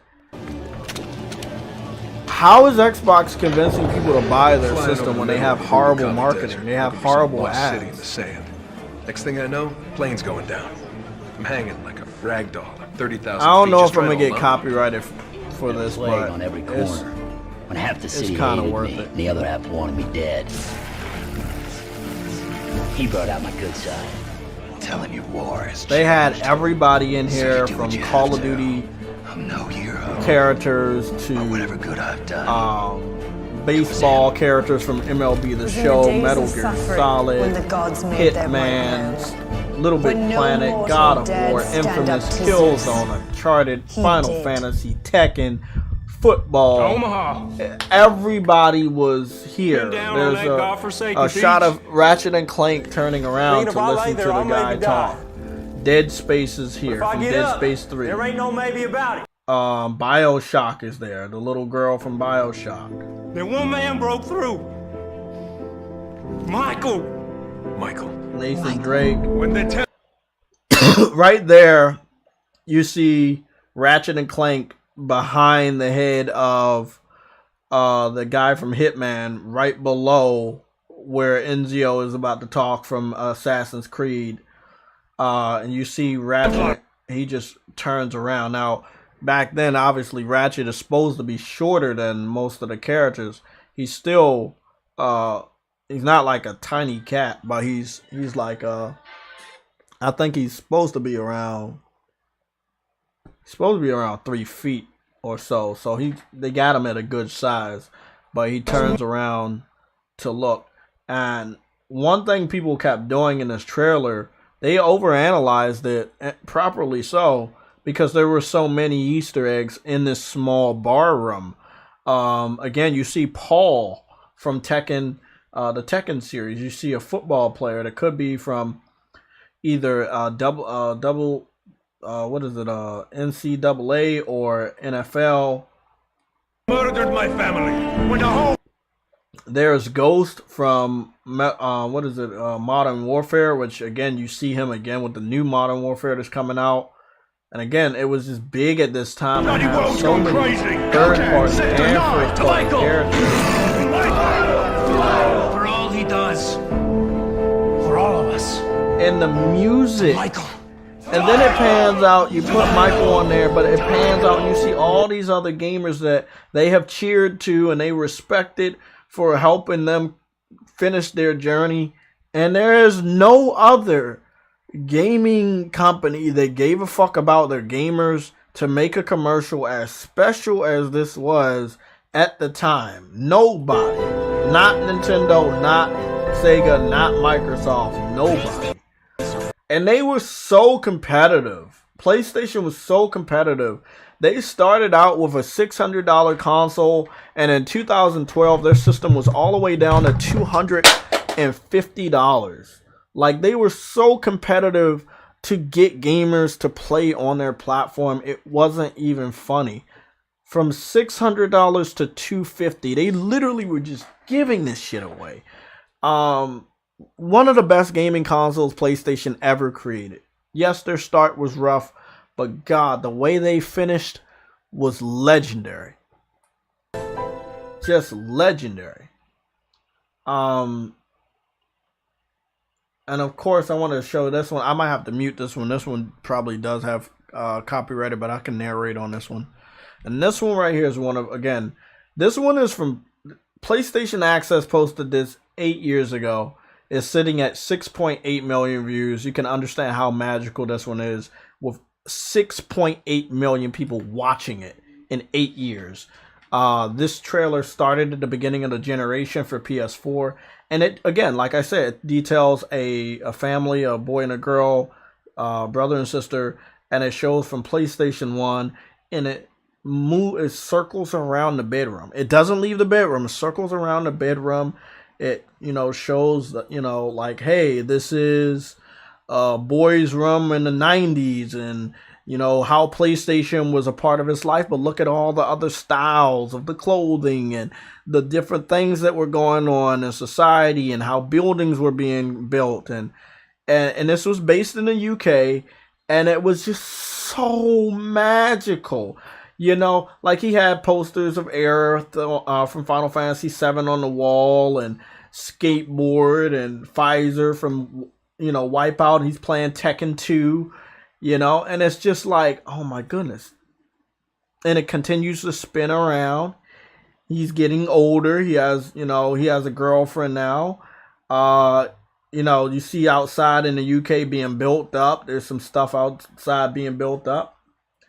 His friend is still there with him. He's getting older. The laptop is out there. He got a laptop on his table. He got the PS2 now. Again, you see the shoe boxes for Nike up there. He's getting more into his appearance. He got a guitar. He's still playing games. And it's just like, wow. I saw Microsoft try to do something like this before, and they failed at it. They failed horribly at it. And again, you see outside starts to get built up in the UK. More buildings are being built. as time goes on. You know, again, he's getting older. He's still in the same house. And it's just spinning around and spinning around. And it's just the most fucking magical historical commercial I ever did see about time and the history of gaming. And not a single, again, no other gaming company really gave, or to this point gives a fuck about their history like PlayStation in order, to orchestrate it in this way. Again, buildings are getting built in the UK as time goes on. You know, he's getting older, and then bam, the PS4 comes out. The future comes out, 4K or 1080p TV at that time. You know, got the PlayStation PSP or PS Vita on the floor. You know, it's just showing a sign of the times, and it's just so much respect right there to the gamers, to the players. And not a single fucking gaming company ever did a commercial that fucking good. Like, PlayStation gave a fuck. I don't care what nobody say. PlayStation gives a fuck. You have to give a fuck if the majority of your gaming consoles are selling upwards of 80 million pieces of hardware. Like, the PSP sold 80 million. PS3 sold 80 million. PlayStation 1, 2, and 4 sold over 100 million. PS Vita, I think, sold less than 20. That was an anomaly. Great system, though, by the way. But yeah, man, nobody did live action commercials like PlayStation. Like, nobody could do it. What's this? PlayStation Plus live action trailer. PS4 experience more together. I never saw this one. UK had a lot of trailers that we didn't have, but I'll show this one off. It's Time to Play. It's Time to Play is a really great live action PlayStation commercial too. This one was really good. This one wasn't so long ago. I even put Monster Hunter in here because, like I said, Monster Hunter was really big on PlayStation. They had Crash Bandicoot Go-Kart in this live action commercial. Again, set in the UK, as you can tell by some of the music, but you can't hear it. Fortnite made an appearance. Not a big fan of that one. But then you got the Dredger right there, the Grogger. And then you got Kratos. He said, hey, bro, stop shaving, take this axe, join the console war, go shit on some Xbox. Up there playing soccer.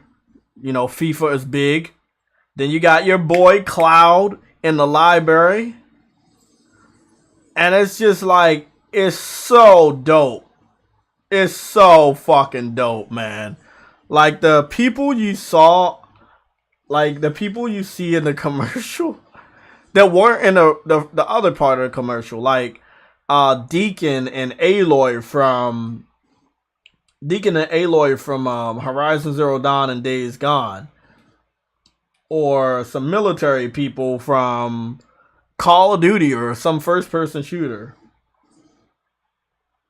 You know, now what's really interesting over here is you got Nathan Drake is right behind Crash Bandicoot, which is iconic because, you know, Naughty Dog made the Crash Bandicoot Go-Kart game, and they also did Uncharted 4. Then you got Atreus and Kratos jumping at you. You got the cat from Monster Hunter. Then you got Aloy over there all the way to the far. You got some Fortnite people in the background. You got Cloud flipping off of a car to run towards the screen and stuff.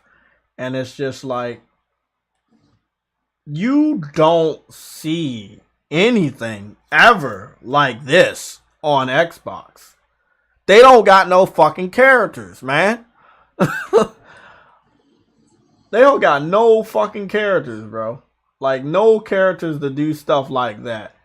Yes, I talk about PlayStation All-Stars all the time because we have characters.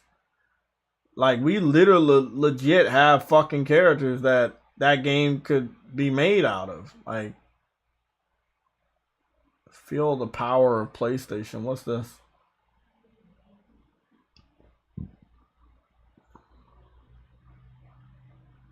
PlayStation Store presents Bizarre. Oh, I remember to see this is what I loved right here. Yeah. This dude when the PlayStation Store live action commercials. Yeah.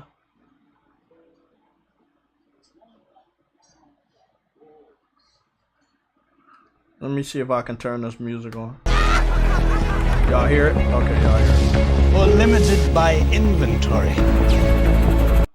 See, this one had Spider-Man in it. This was one of the live actions that had their live action version of Spider-Man from Spider-Man the video game. But this was about 3 years ago when Spider-Man was about to come out or already out.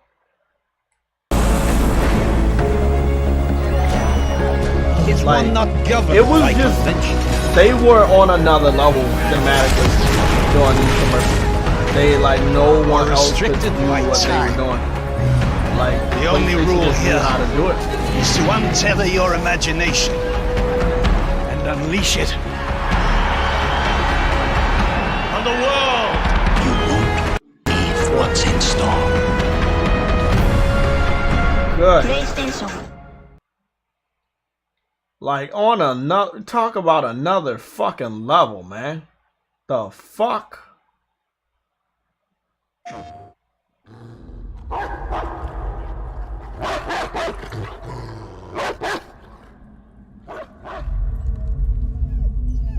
I don't think I watched this one before.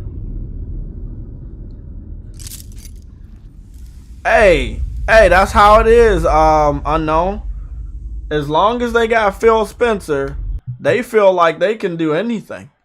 They don't need good advertisement or marketing. They just need Phil. That's all they need.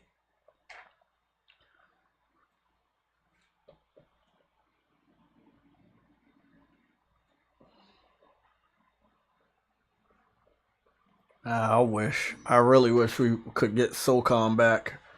So many military shooters out here, though. I don't know.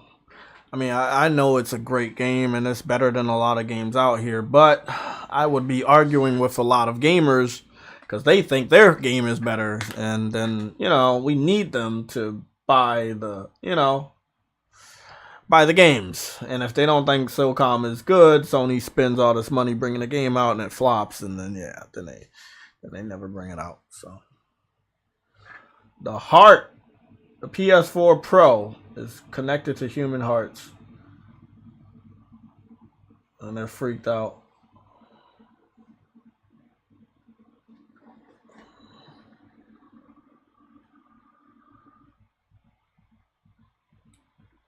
And they said then you see the PlayStation. You see the PlayStation symbols forming on the heart. And it's a symbol that the gamers are the heart of PlayStation. And again, bro, only PlayStation can do commercials like this. Nobody else can get commercials this cinematic. It's just, oh man. Crazy shit. Crazy shit.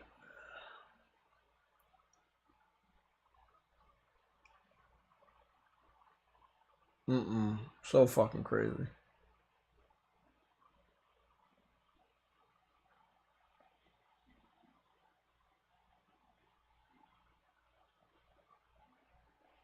I mean, even when Burger King had their live action commercials given away to PS5, they were fucking amazing.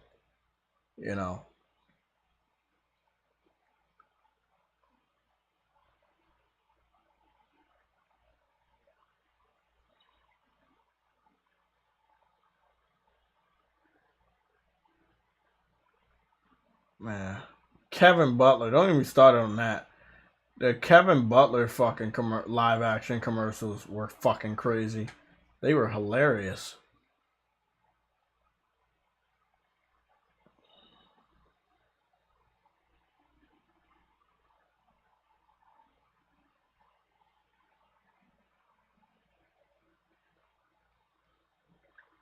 I'm sorry. It's just like it's nostalgic because PlayStation just, like I said, on a whole nother level.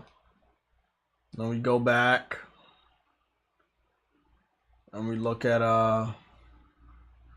what fucking Xbox does.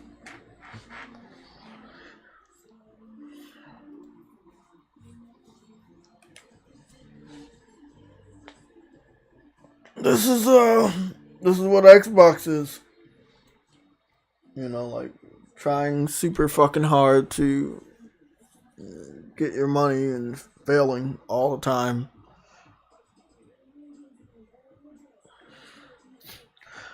It would be funny at this point, mass produced, because Sony's definitely not making enough money off PC for them to fund any games. So they definitely be funding some commercials at least.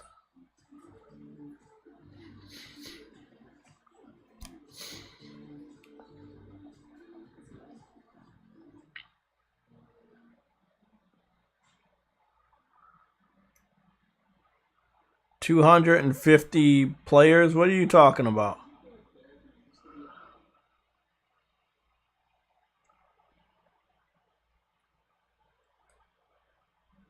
Let me see.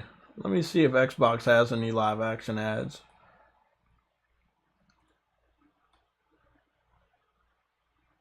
There we go. Xbox Live commercial.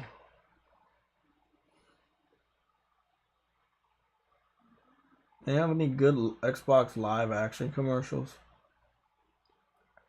These are just live commercials. How about live action?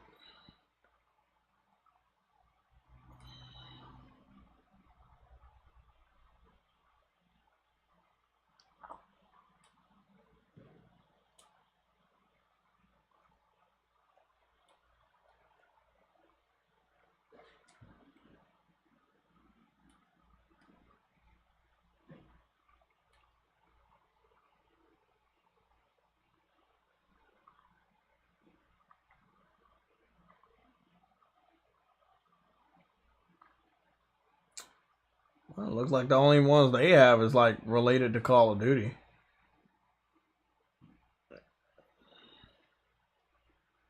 Yep. Oh, that Forza one they had.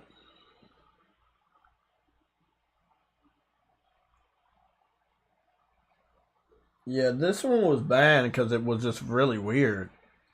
Basically, the baby popped out of the fucking mom and then aged so fast and went to, like, it was just weird. So the baby flies out of the vagina, starts to age as he is flying from the vagina, and then he starts to get older and older and older and older until he starts to, like, until he's almost dead.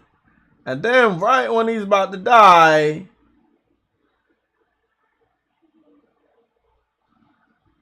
he hits the grave.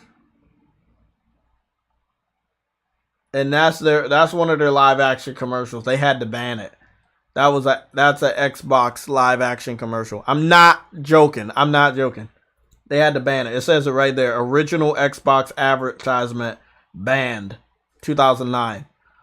Yeah, they had to ban that one. And that was for the original Xbox. Yeah. Yeah, Xbox, yeah, like, yeah. If you put an Xbox ad up against a PlayStation ad, it's like an indie movie going up against a blockbuster. It's not going to end well. It's not going to end well. I don't think they've ever had a good Xbox commercial talking about the history of Xbox games together. They've had individual Xbox live action commercials, but they all sucked.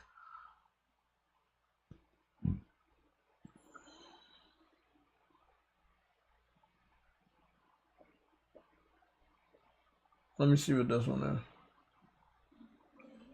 Oh, no, we just saw that one. That one's banned. Xbox 360, the standoff.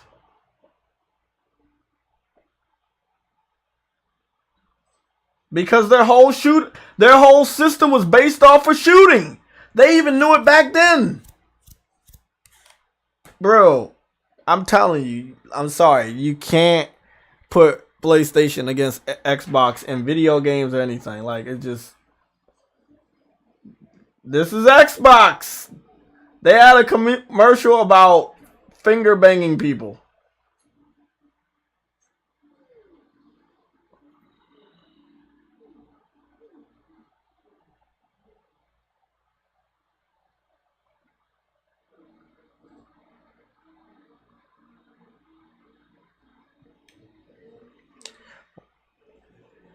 Hey, bro, they was trying to emulate garbage.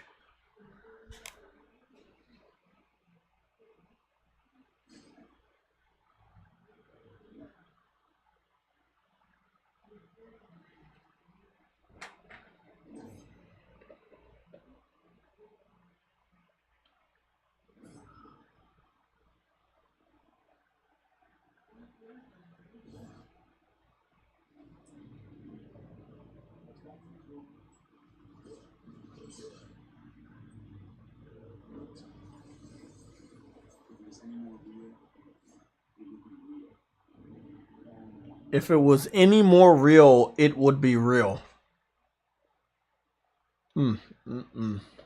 Wow. Xbox One, the perfect girlfriend.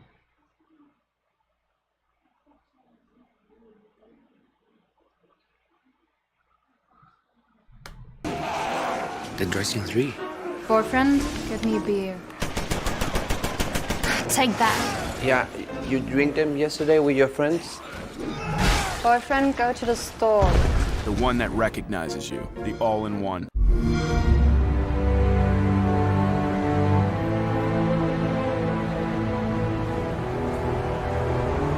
Introducing the Xbox One S All Digital Edition. Wait, what? That's right, all digital.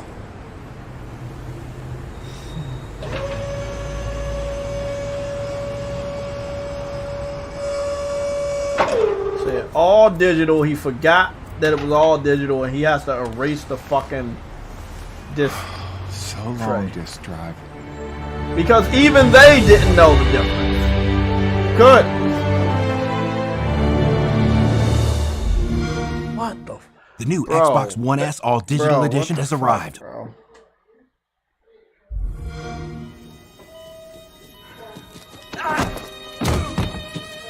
Not today, Brian. Not today, Brian. Not today, Brian. Not today, Thrak. Not today. Shadow of War. Nothing will be forgotten. That's a multi-platform game. That's not even an exclusive. Bro, I think the only live action, both of them, by the way, the Dead Rising and Rise don't count because they were in the game commercial on the TV. But as far as live action representing a video game character in this collection of compilation, the only one with a live action video game character was a third party title, multi-platform. That was Shadow of War. Wow. That's real. Wow. Case in point, Xbox is not really good at advertising their history. So we go back to 3 for 1. Again. This is Xbox. 3 for 1. 3 for 1. That's what you said. Wake me up and Phil Spencer. I saw Phil Spencer might be going bald. He got a big ass ball back in the back of his head. In the worst way. Got a PC, don't need to wait till my birthday. Let me cut that off. I might get copyrighted for the cringiness. Oh, they made a musical. What?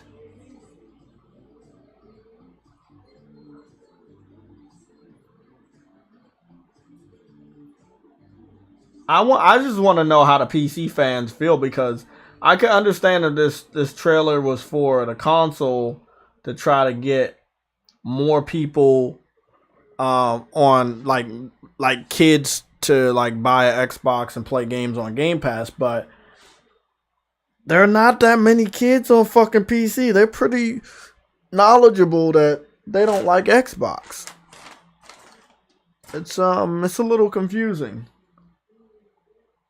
Really, really confusing if you think about it. It's really, really confusing.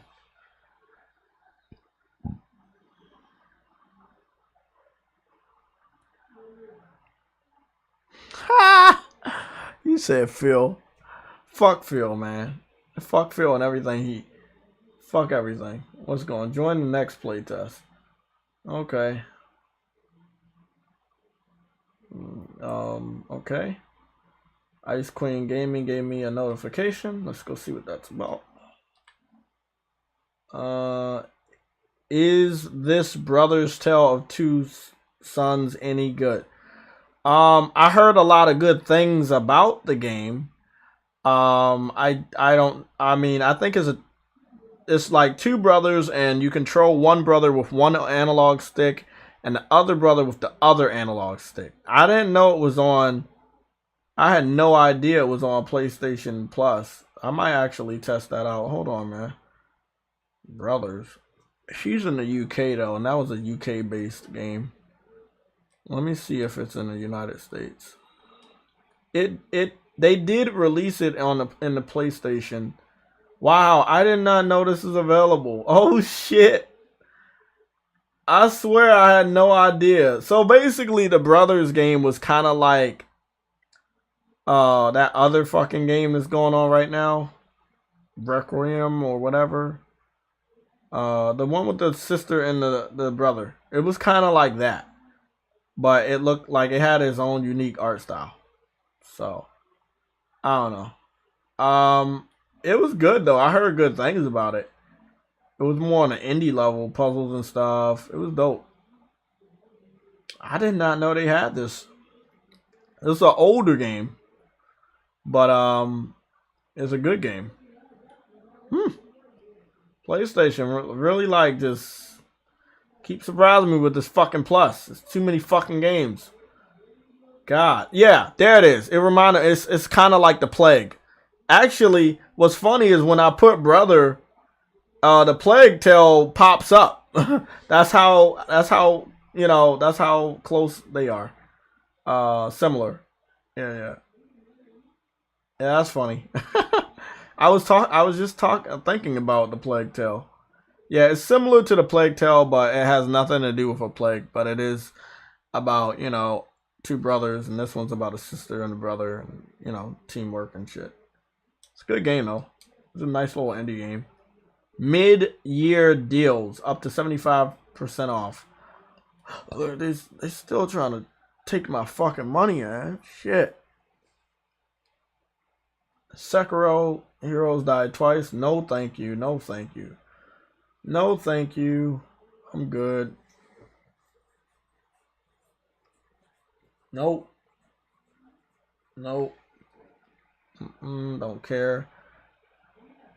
Whoa. Hold on. Is this? They said the deluxe pack. The most stylish version of deluxe. Deathloop with the deluxe pack. Upgrade the most stylish version of deluxe. No, I want to go to the game. Yeah, the game is still $60. That's just DLC. I was about to say, if Deathloop was fucking $15, I would probably pick it up. I might wait a little longer, but yeah. It's always telling when they have both of these games bundled together, but yeah. Guardians of the Galaxy and Avengers are bundled together for $35.99. I feel like that's not a bad bundle, but Guardians is already in PlayStation Plus. So, and Avengers is worthless. I mean, yes, I was an early adopter and I tried my hardest to love the game, but at the end of the day, it's not worth it. Diablo 3. I would get this game, but I know nobody else is playing it right now, so I'll wait for Diablo 4. Already got Dragon Ball Z, and I did not like it. Deleted it. Was not a big fan of the game. It's probably because I haven't been a fan of the anime in so long. I don't hate it or anything. It's just I grew out of Dragon Ball at an early fucking age. King of Fighters.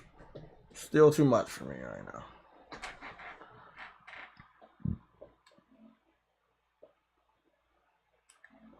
If this shit was, I'm not gonna lie, if they would have kept it exclusive and didn't put it on Xbox, thinking that they were gonna get the rest of the fighting game community to support it, I would have been all over it. But for some weird reason, they thought that we're gonna put this shit on Xbox for the first time and almost forever, and we're gonna have them help out the community. This game went super quiet after it came out. I heard great things about it. The gameplay is fun. The art style is amazing.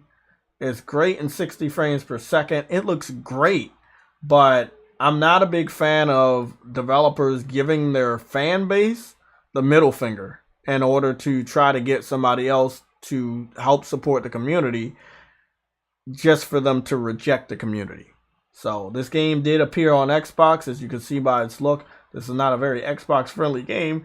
It is a Japanese fighting game. It's been out for a long time, since the 90s. Yes, since the original PlayStation.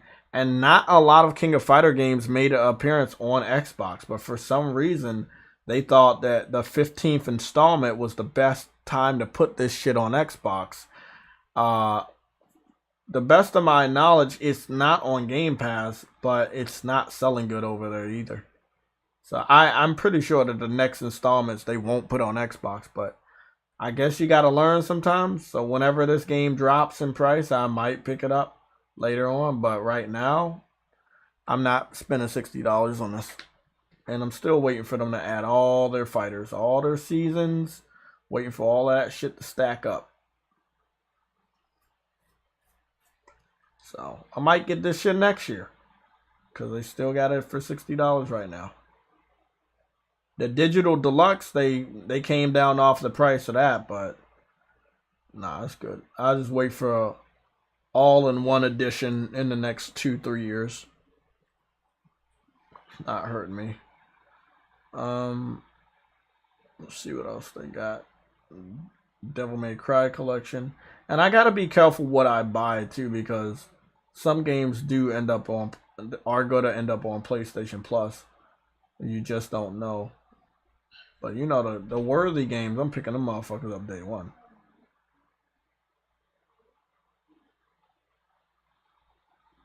Let's see. Assassin's Creed Origins. Nope. No. It's a great deal though. It's they got some great deals here.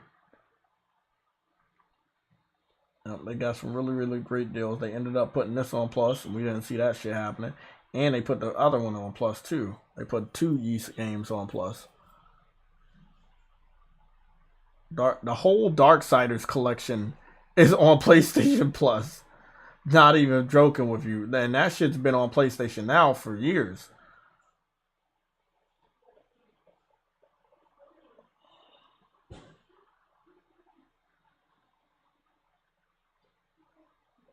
Yeah, that's if I'm not mistaken, this is King of Fighters 14. This one was exclusive, but I already own the original game, if I'm not mistaken. Yep, I already own the original game. So yeah, I have no problem with King of Fighters. But again, they know King of Fighters was regarded as a PlayStation exclusive for a long time. That was their decision. You know, once they took that shit away, it's like, it's no real enthusiasm for announcing a game that's on everybody's platform. You don't get that excited unless it's something like a Pac-Man world. Like, oh, that shit came out during the 90s on the PlayStation 1. They're finally making a remake after, 4 generations. It's something to get excited about. But, like, if you just go keep every game is multi-plat, you don't get excited about that shit all the time. And it's alright not to get excited for every game that's on every platform. It'd be weird if you get excited for every game that's on every platform all the time. Man, they got a lot of games on sale, man. Like, the whole Disney collection of games are on sale.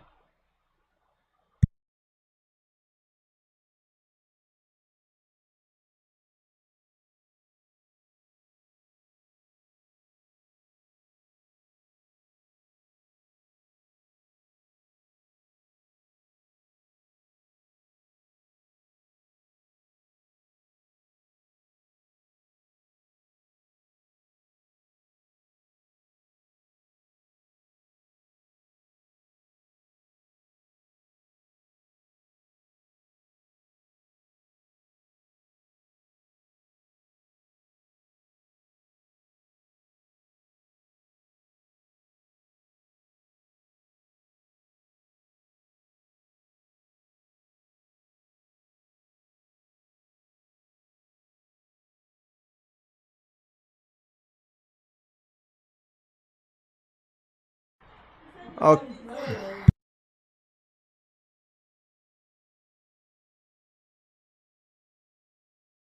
Okay. Yeah, it looked like they got.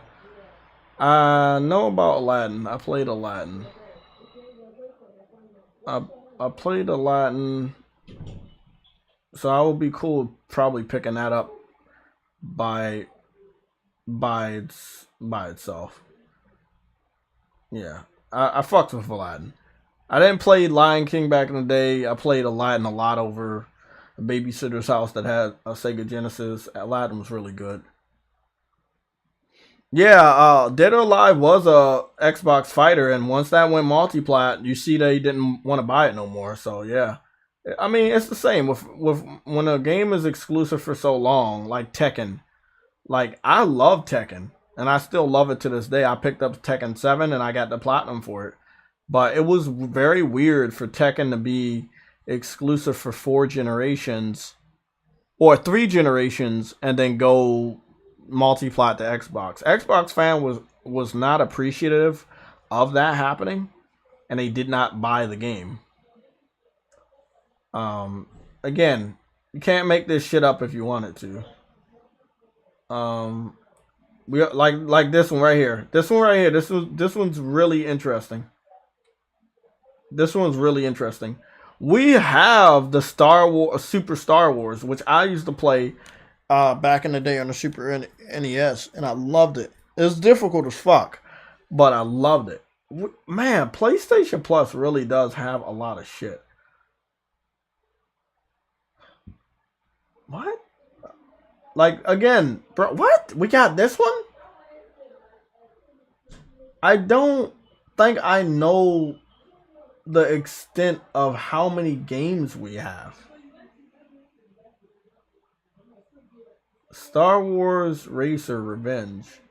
I remember this. Man, what the fuck? What else do we got?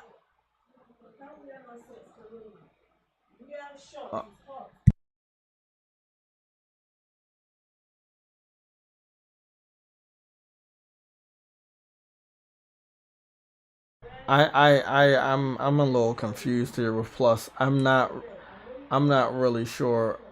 I didn't know we had all of this shit. I used to play this shit a lot. This is a calming game for me. Good reflex game. What the fuck?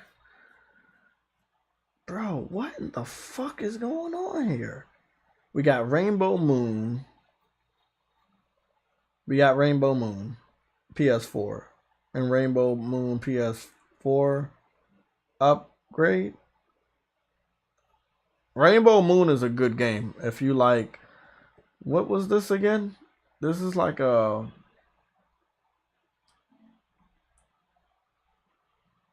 I don't know. They say you can stream this one, or you can buy it for $2.99. I don't know. I think that was the PS3 version, so you can get a PS3 upgrade for free. I don't know.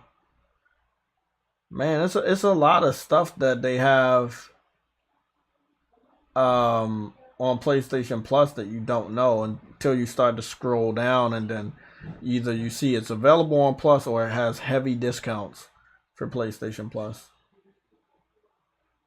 Verlet Swing? What is Verlet Swing? What is this about? Oh, that's one of them weird PC fucking indie games. Oh, God. What is... Sometimes I wonder about PlayStation's quality assurance. Yeah, we're not doing all that. Soul Calibur is another one, mass produced. Good job on that one. Lorenzo, yeah. Rainbow Mood is a strategy game, but I like it. But I already downloaded. I thought I already downloaded. Yeah, that's what I was saying. I already downloaded Rumble.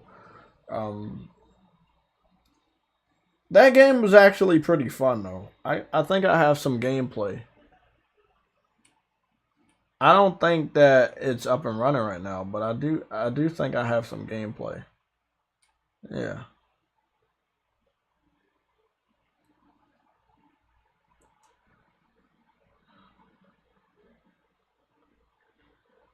Use your Epic Awesome name to sign in. Yeah. Yeah, I'm already signed in. What are you talking about?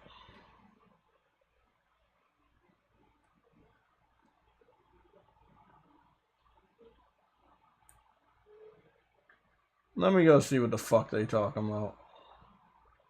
Join the next playtest. Rumble, blah, blah, blah. The next playtest is July 8th. Okay. The next playtest is in July. I wanted to show you guys something. I think you could watch a little bit of the gameplay here while we talk. I liked it. Oh.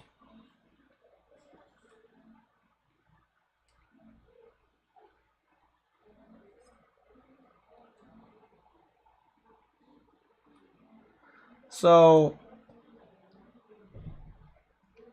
Rumble Rumble versus, I forgot to name that quick. Forgettable. Until we see it more. But Rumble versus was like a Rumble versus. It's like Fortnite, but like rumbling. You know, fighting, wrestling, that type. A combat-based Fortnite game. Beating the shit out of people in a city. That's a little bit more cartoony than Fortnite. And it's good. It's cool. You got like energy drinks and books and shit that you could either throw at people or read the book. So you can learn another type of move to take down people. Use the energy drinks to enhance your defense or your attack. Obviously you got combos. But it's really nice, man. You got jumping. You got fighting. Got an elbow drop, crash down attack right there. It's a really dope game. Yeah, and it's a battle royale. You do get to make your own character, so that's a good thing. It's not just some random ass person you're stuck with unless you want that. Yeah, I like it. We're good. We're about to have a lot of these types of games, battle royales and shit. Not all of them are gonna be good. Not all of them are gonna be bad. I like this one because when it comes to online multiplayer games, I'll do a melee sometimes before I do anything with a long distance weapon, if I have the chance to. And so now we got a battle royale based off of fighting and wrestling. It's pretty fucking dope. So as you can see, it is a battle royale. They use a cannon to get to the main city. Then you get into this drop zone and you skydive just like Fortnite. Just like Fortnite or any other battle royale. You don't have a parachute though. Because when you crash down, you crash down. You don't take any fall damage from what I know. You just crash down.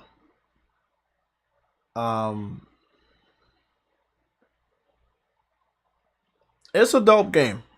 It's a dope game.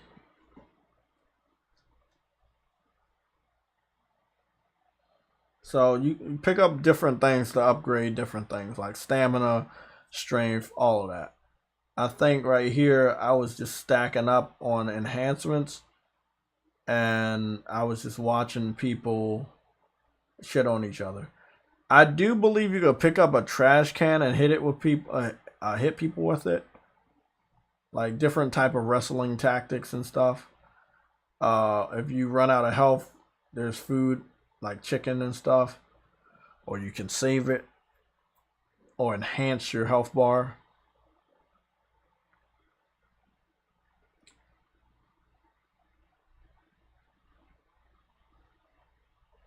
People over there fighting, but I'm like, nah, I want to upgrade everything. Pick up the book, read the book, learn a new move, super choke slam. So it's a dope ass game. I like it. Obviously everybody probably gonna hate it, but I think it's interesting. A combat based battle royale. Doesn't seem to have any star power. I didn't see any related to wrestling or like boxing type of characters in there. Anybody famous? But yeah, it's dope. It's running at 60 frames per second, so that's good. And I think it might be running with the Unreal Engine. But yeah, it's basically Fortnite, just melee only. I was getting a shitload of KOs and shit.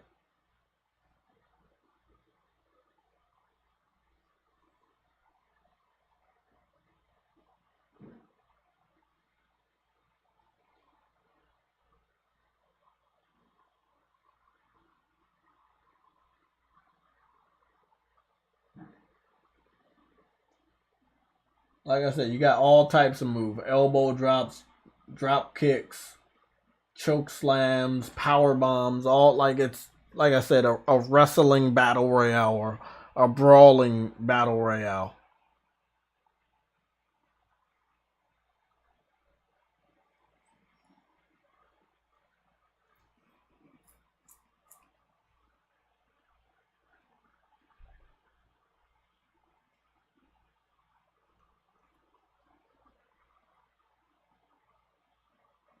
That shit is dope to me, man. It's dope as fuck to me. Yeah, I was about to die, and then I got the chicken. Then I ate the whole chicken. I was like, let me get all my health back.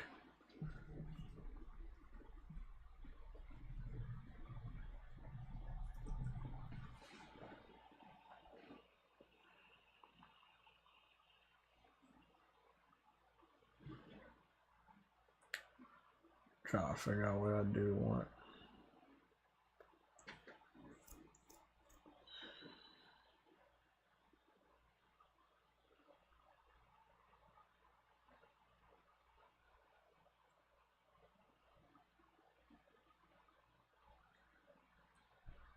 Oh, that's a nice suplex.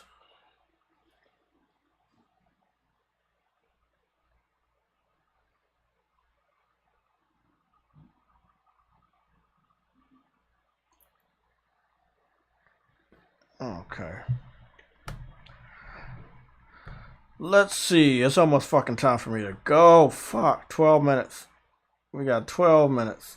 I'm going back to Twitter while you look at this gameplay. I'm going to go see what's going on here.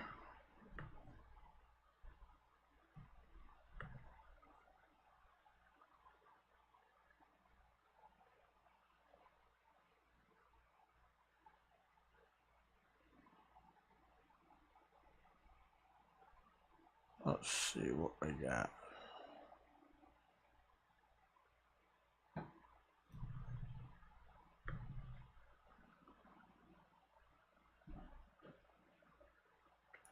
It looks like Corey responded to something somebody else said to his tweet this morning. So Corey had the guy from Game of Thrones, the one that says winter is coming, but the gift was not about that. The gift was about him doing something else. I'm not a big fan of Game of Thrones, so I don't know what the gift was about.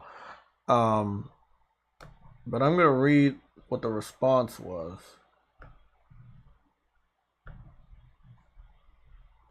Because it's really important. So he made the GIF. Somebody called Captain Koopa, which is, I'm not gonna call him a PlayStation guy. He's a PlayStation dick rider. He's following the flow of anything that's hype worthy related to PlayStation because PlayStation is hype worthy.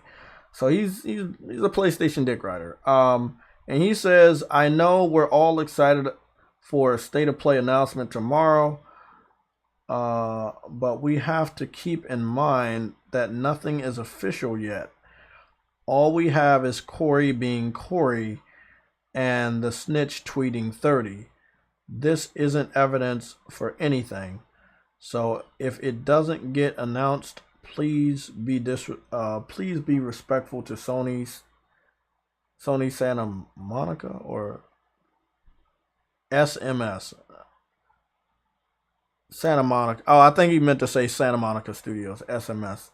Hashtag God of War Ragnarok. All right, so again, PlayStation Dick Rider speaking for the rest of the PlayStation community. I don't fucking agree with that. Don't tell me how to fucking feel and tell me how to act.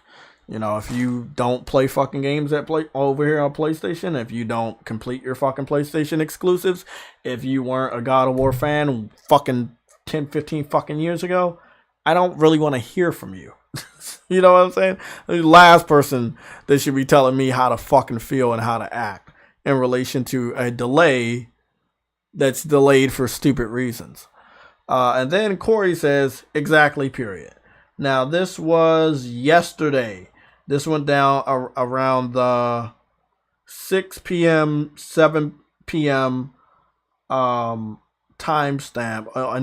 in the United States. So this was yesterday. So Corey, and I didn't catch this until today, by the way. So Corey did all this yesterday. All this shit happened yesterday. So it was pretty much confirmed yesterday that nothing was going to happen today. But again, like I said, if they continue to delay the announcement of information for God of War, the game itself continues to get delayed by default. So I don't care if they want to continue to delay the information. But it's false advertisement to continue to pretend as though your game is coming out this year. Similar to what happened last year, where Guerrilla Games did not confirm the game was getting delayed until September, which is the same month that it was supposed to come out. You know, I'm not saying we're going to be at the same exact situation where they will wait until the month that it was supposed to come out to confirm the delay.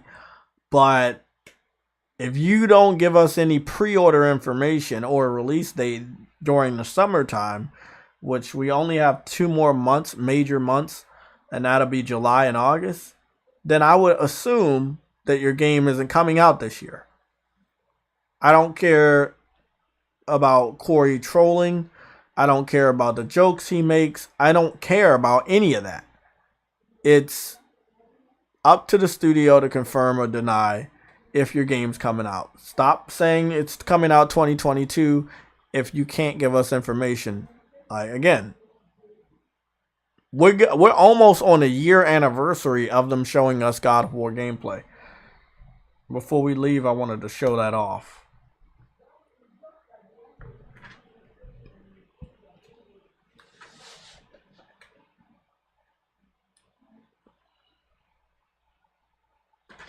What the fuck?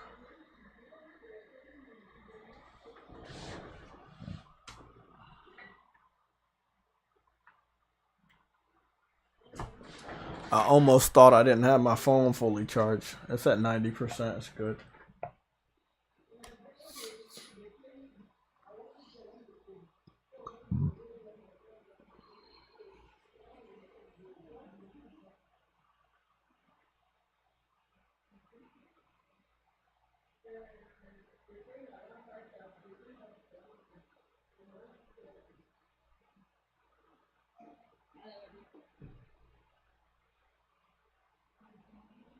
Okay.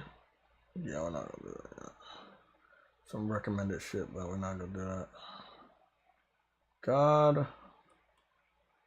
of War.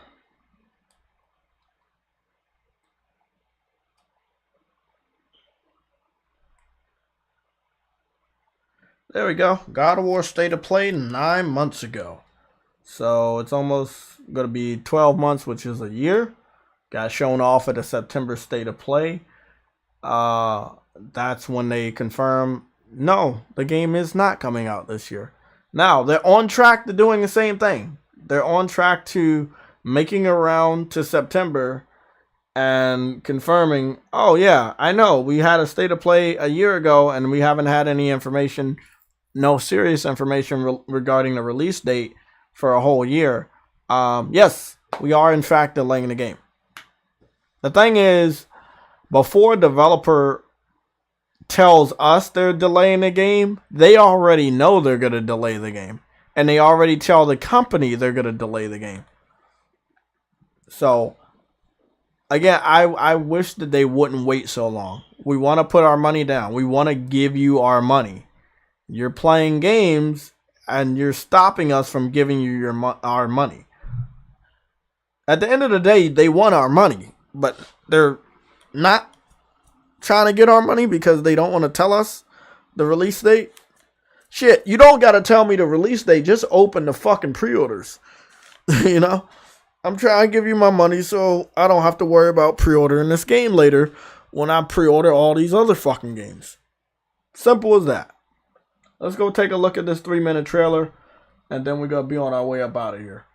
I want to thank everybody that came by and supported the stream today. I know I had a couple of technical difficulties earlier. I'm a big fan of God of War, but we covered this with Horizon Forbidden West last year. We followed the patterns all the way up until September, all the way up until a game coming out in the month that Horizon was supposed to come out that would make it impossible for Horizon to come out.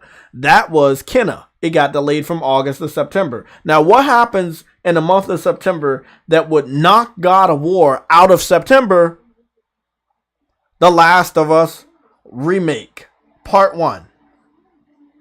So no, don't sit up here and say, oh, we just gotta wait, we gotta wait. What happened last year just fucking happened. And now the week that we're supposed to get some God of War information, it looks like we're not gonna get that information. If we were gonna get a State of Play, we would have heard about it by now. We can give them a benefit of a doubt for not giving us information on a Monday. But seeing as though it's 1 o'clock, so 1:57 p.m. right now in the United States on the East Coast, and we don't have any word from Sony Santa Monica, PlayStation, or Corey, it leads me to believe that June is not the month we're going to get the pre-order information, although we should.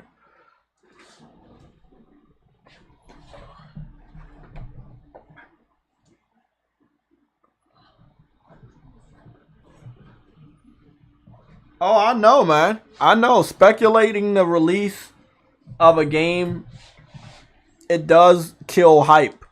But that's the developer's fault. That's not the gamer's fault.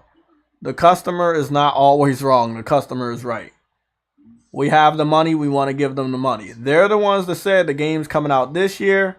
And they say, or they're alluding to the fact that it's still coming out this year. And this is while other people have given more information on their games that they have announced last year or prior to last year. And they haven't given any new information.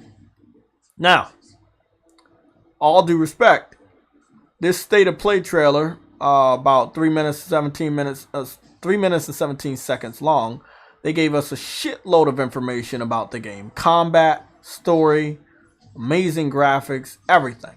Even some exploration. They did a great job. I needed the release date last year. It's okay. You don't want to give me the release date? That's cool. Don't ever give me the release date.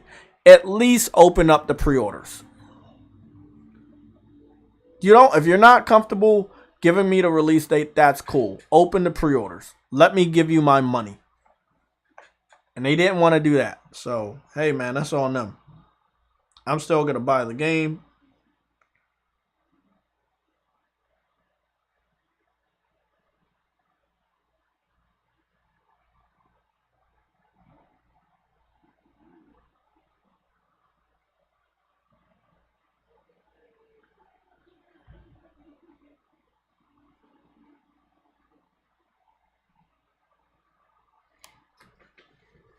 Okay.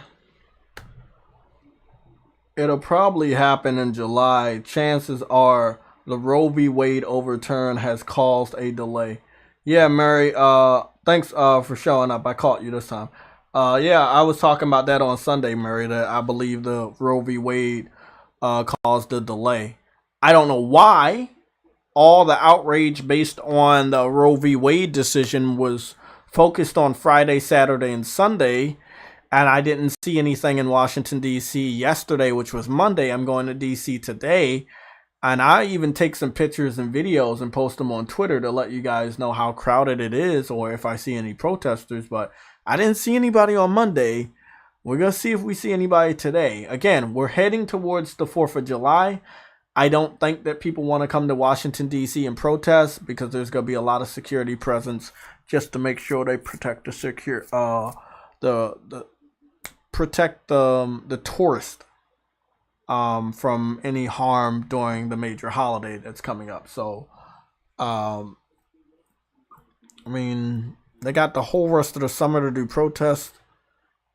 It really is starting to get irritating that real world events can continuously delay simple gaming information like a pre-order or a release date. But that's what we're dealing with. Cedric, I'm going to see you later. Mary, thank you for showing up. Jeff B. Gaming, thank you for showing up. Everybody else, thank you for showing up. We'll be seeing each other again on... Oh, well, that fucking sucks. Yeah, we'll see each other again on Thursday. Yeah, today is Tuesday. I'll see you guys again on Thursday. I'll be home. I'll probably be home early today. If I'm not, don't worry. But I'm not sure if I'll be on live because I got home like 12 something. Yeah, I got home 12 something in the morning. I normally get home at 2 in the morning. They let us go at 11, so it still didn't really matter. By the time I got home, I tried to play Guardians of the Galaxy, and I just fucking passed out. So sucked though. Love the fucking game. Love the game. But tomorrow, I won't be doing anything. So I'll probably be playing Guardians of the Galaxy at the time that I would probably go live stream on YouTube. And I will give you guys a reminder that I'm playing Guardians of the Galaxy, and that will be on Twitch. I want to thank you guys for all your support. I will see you guys on Thursday.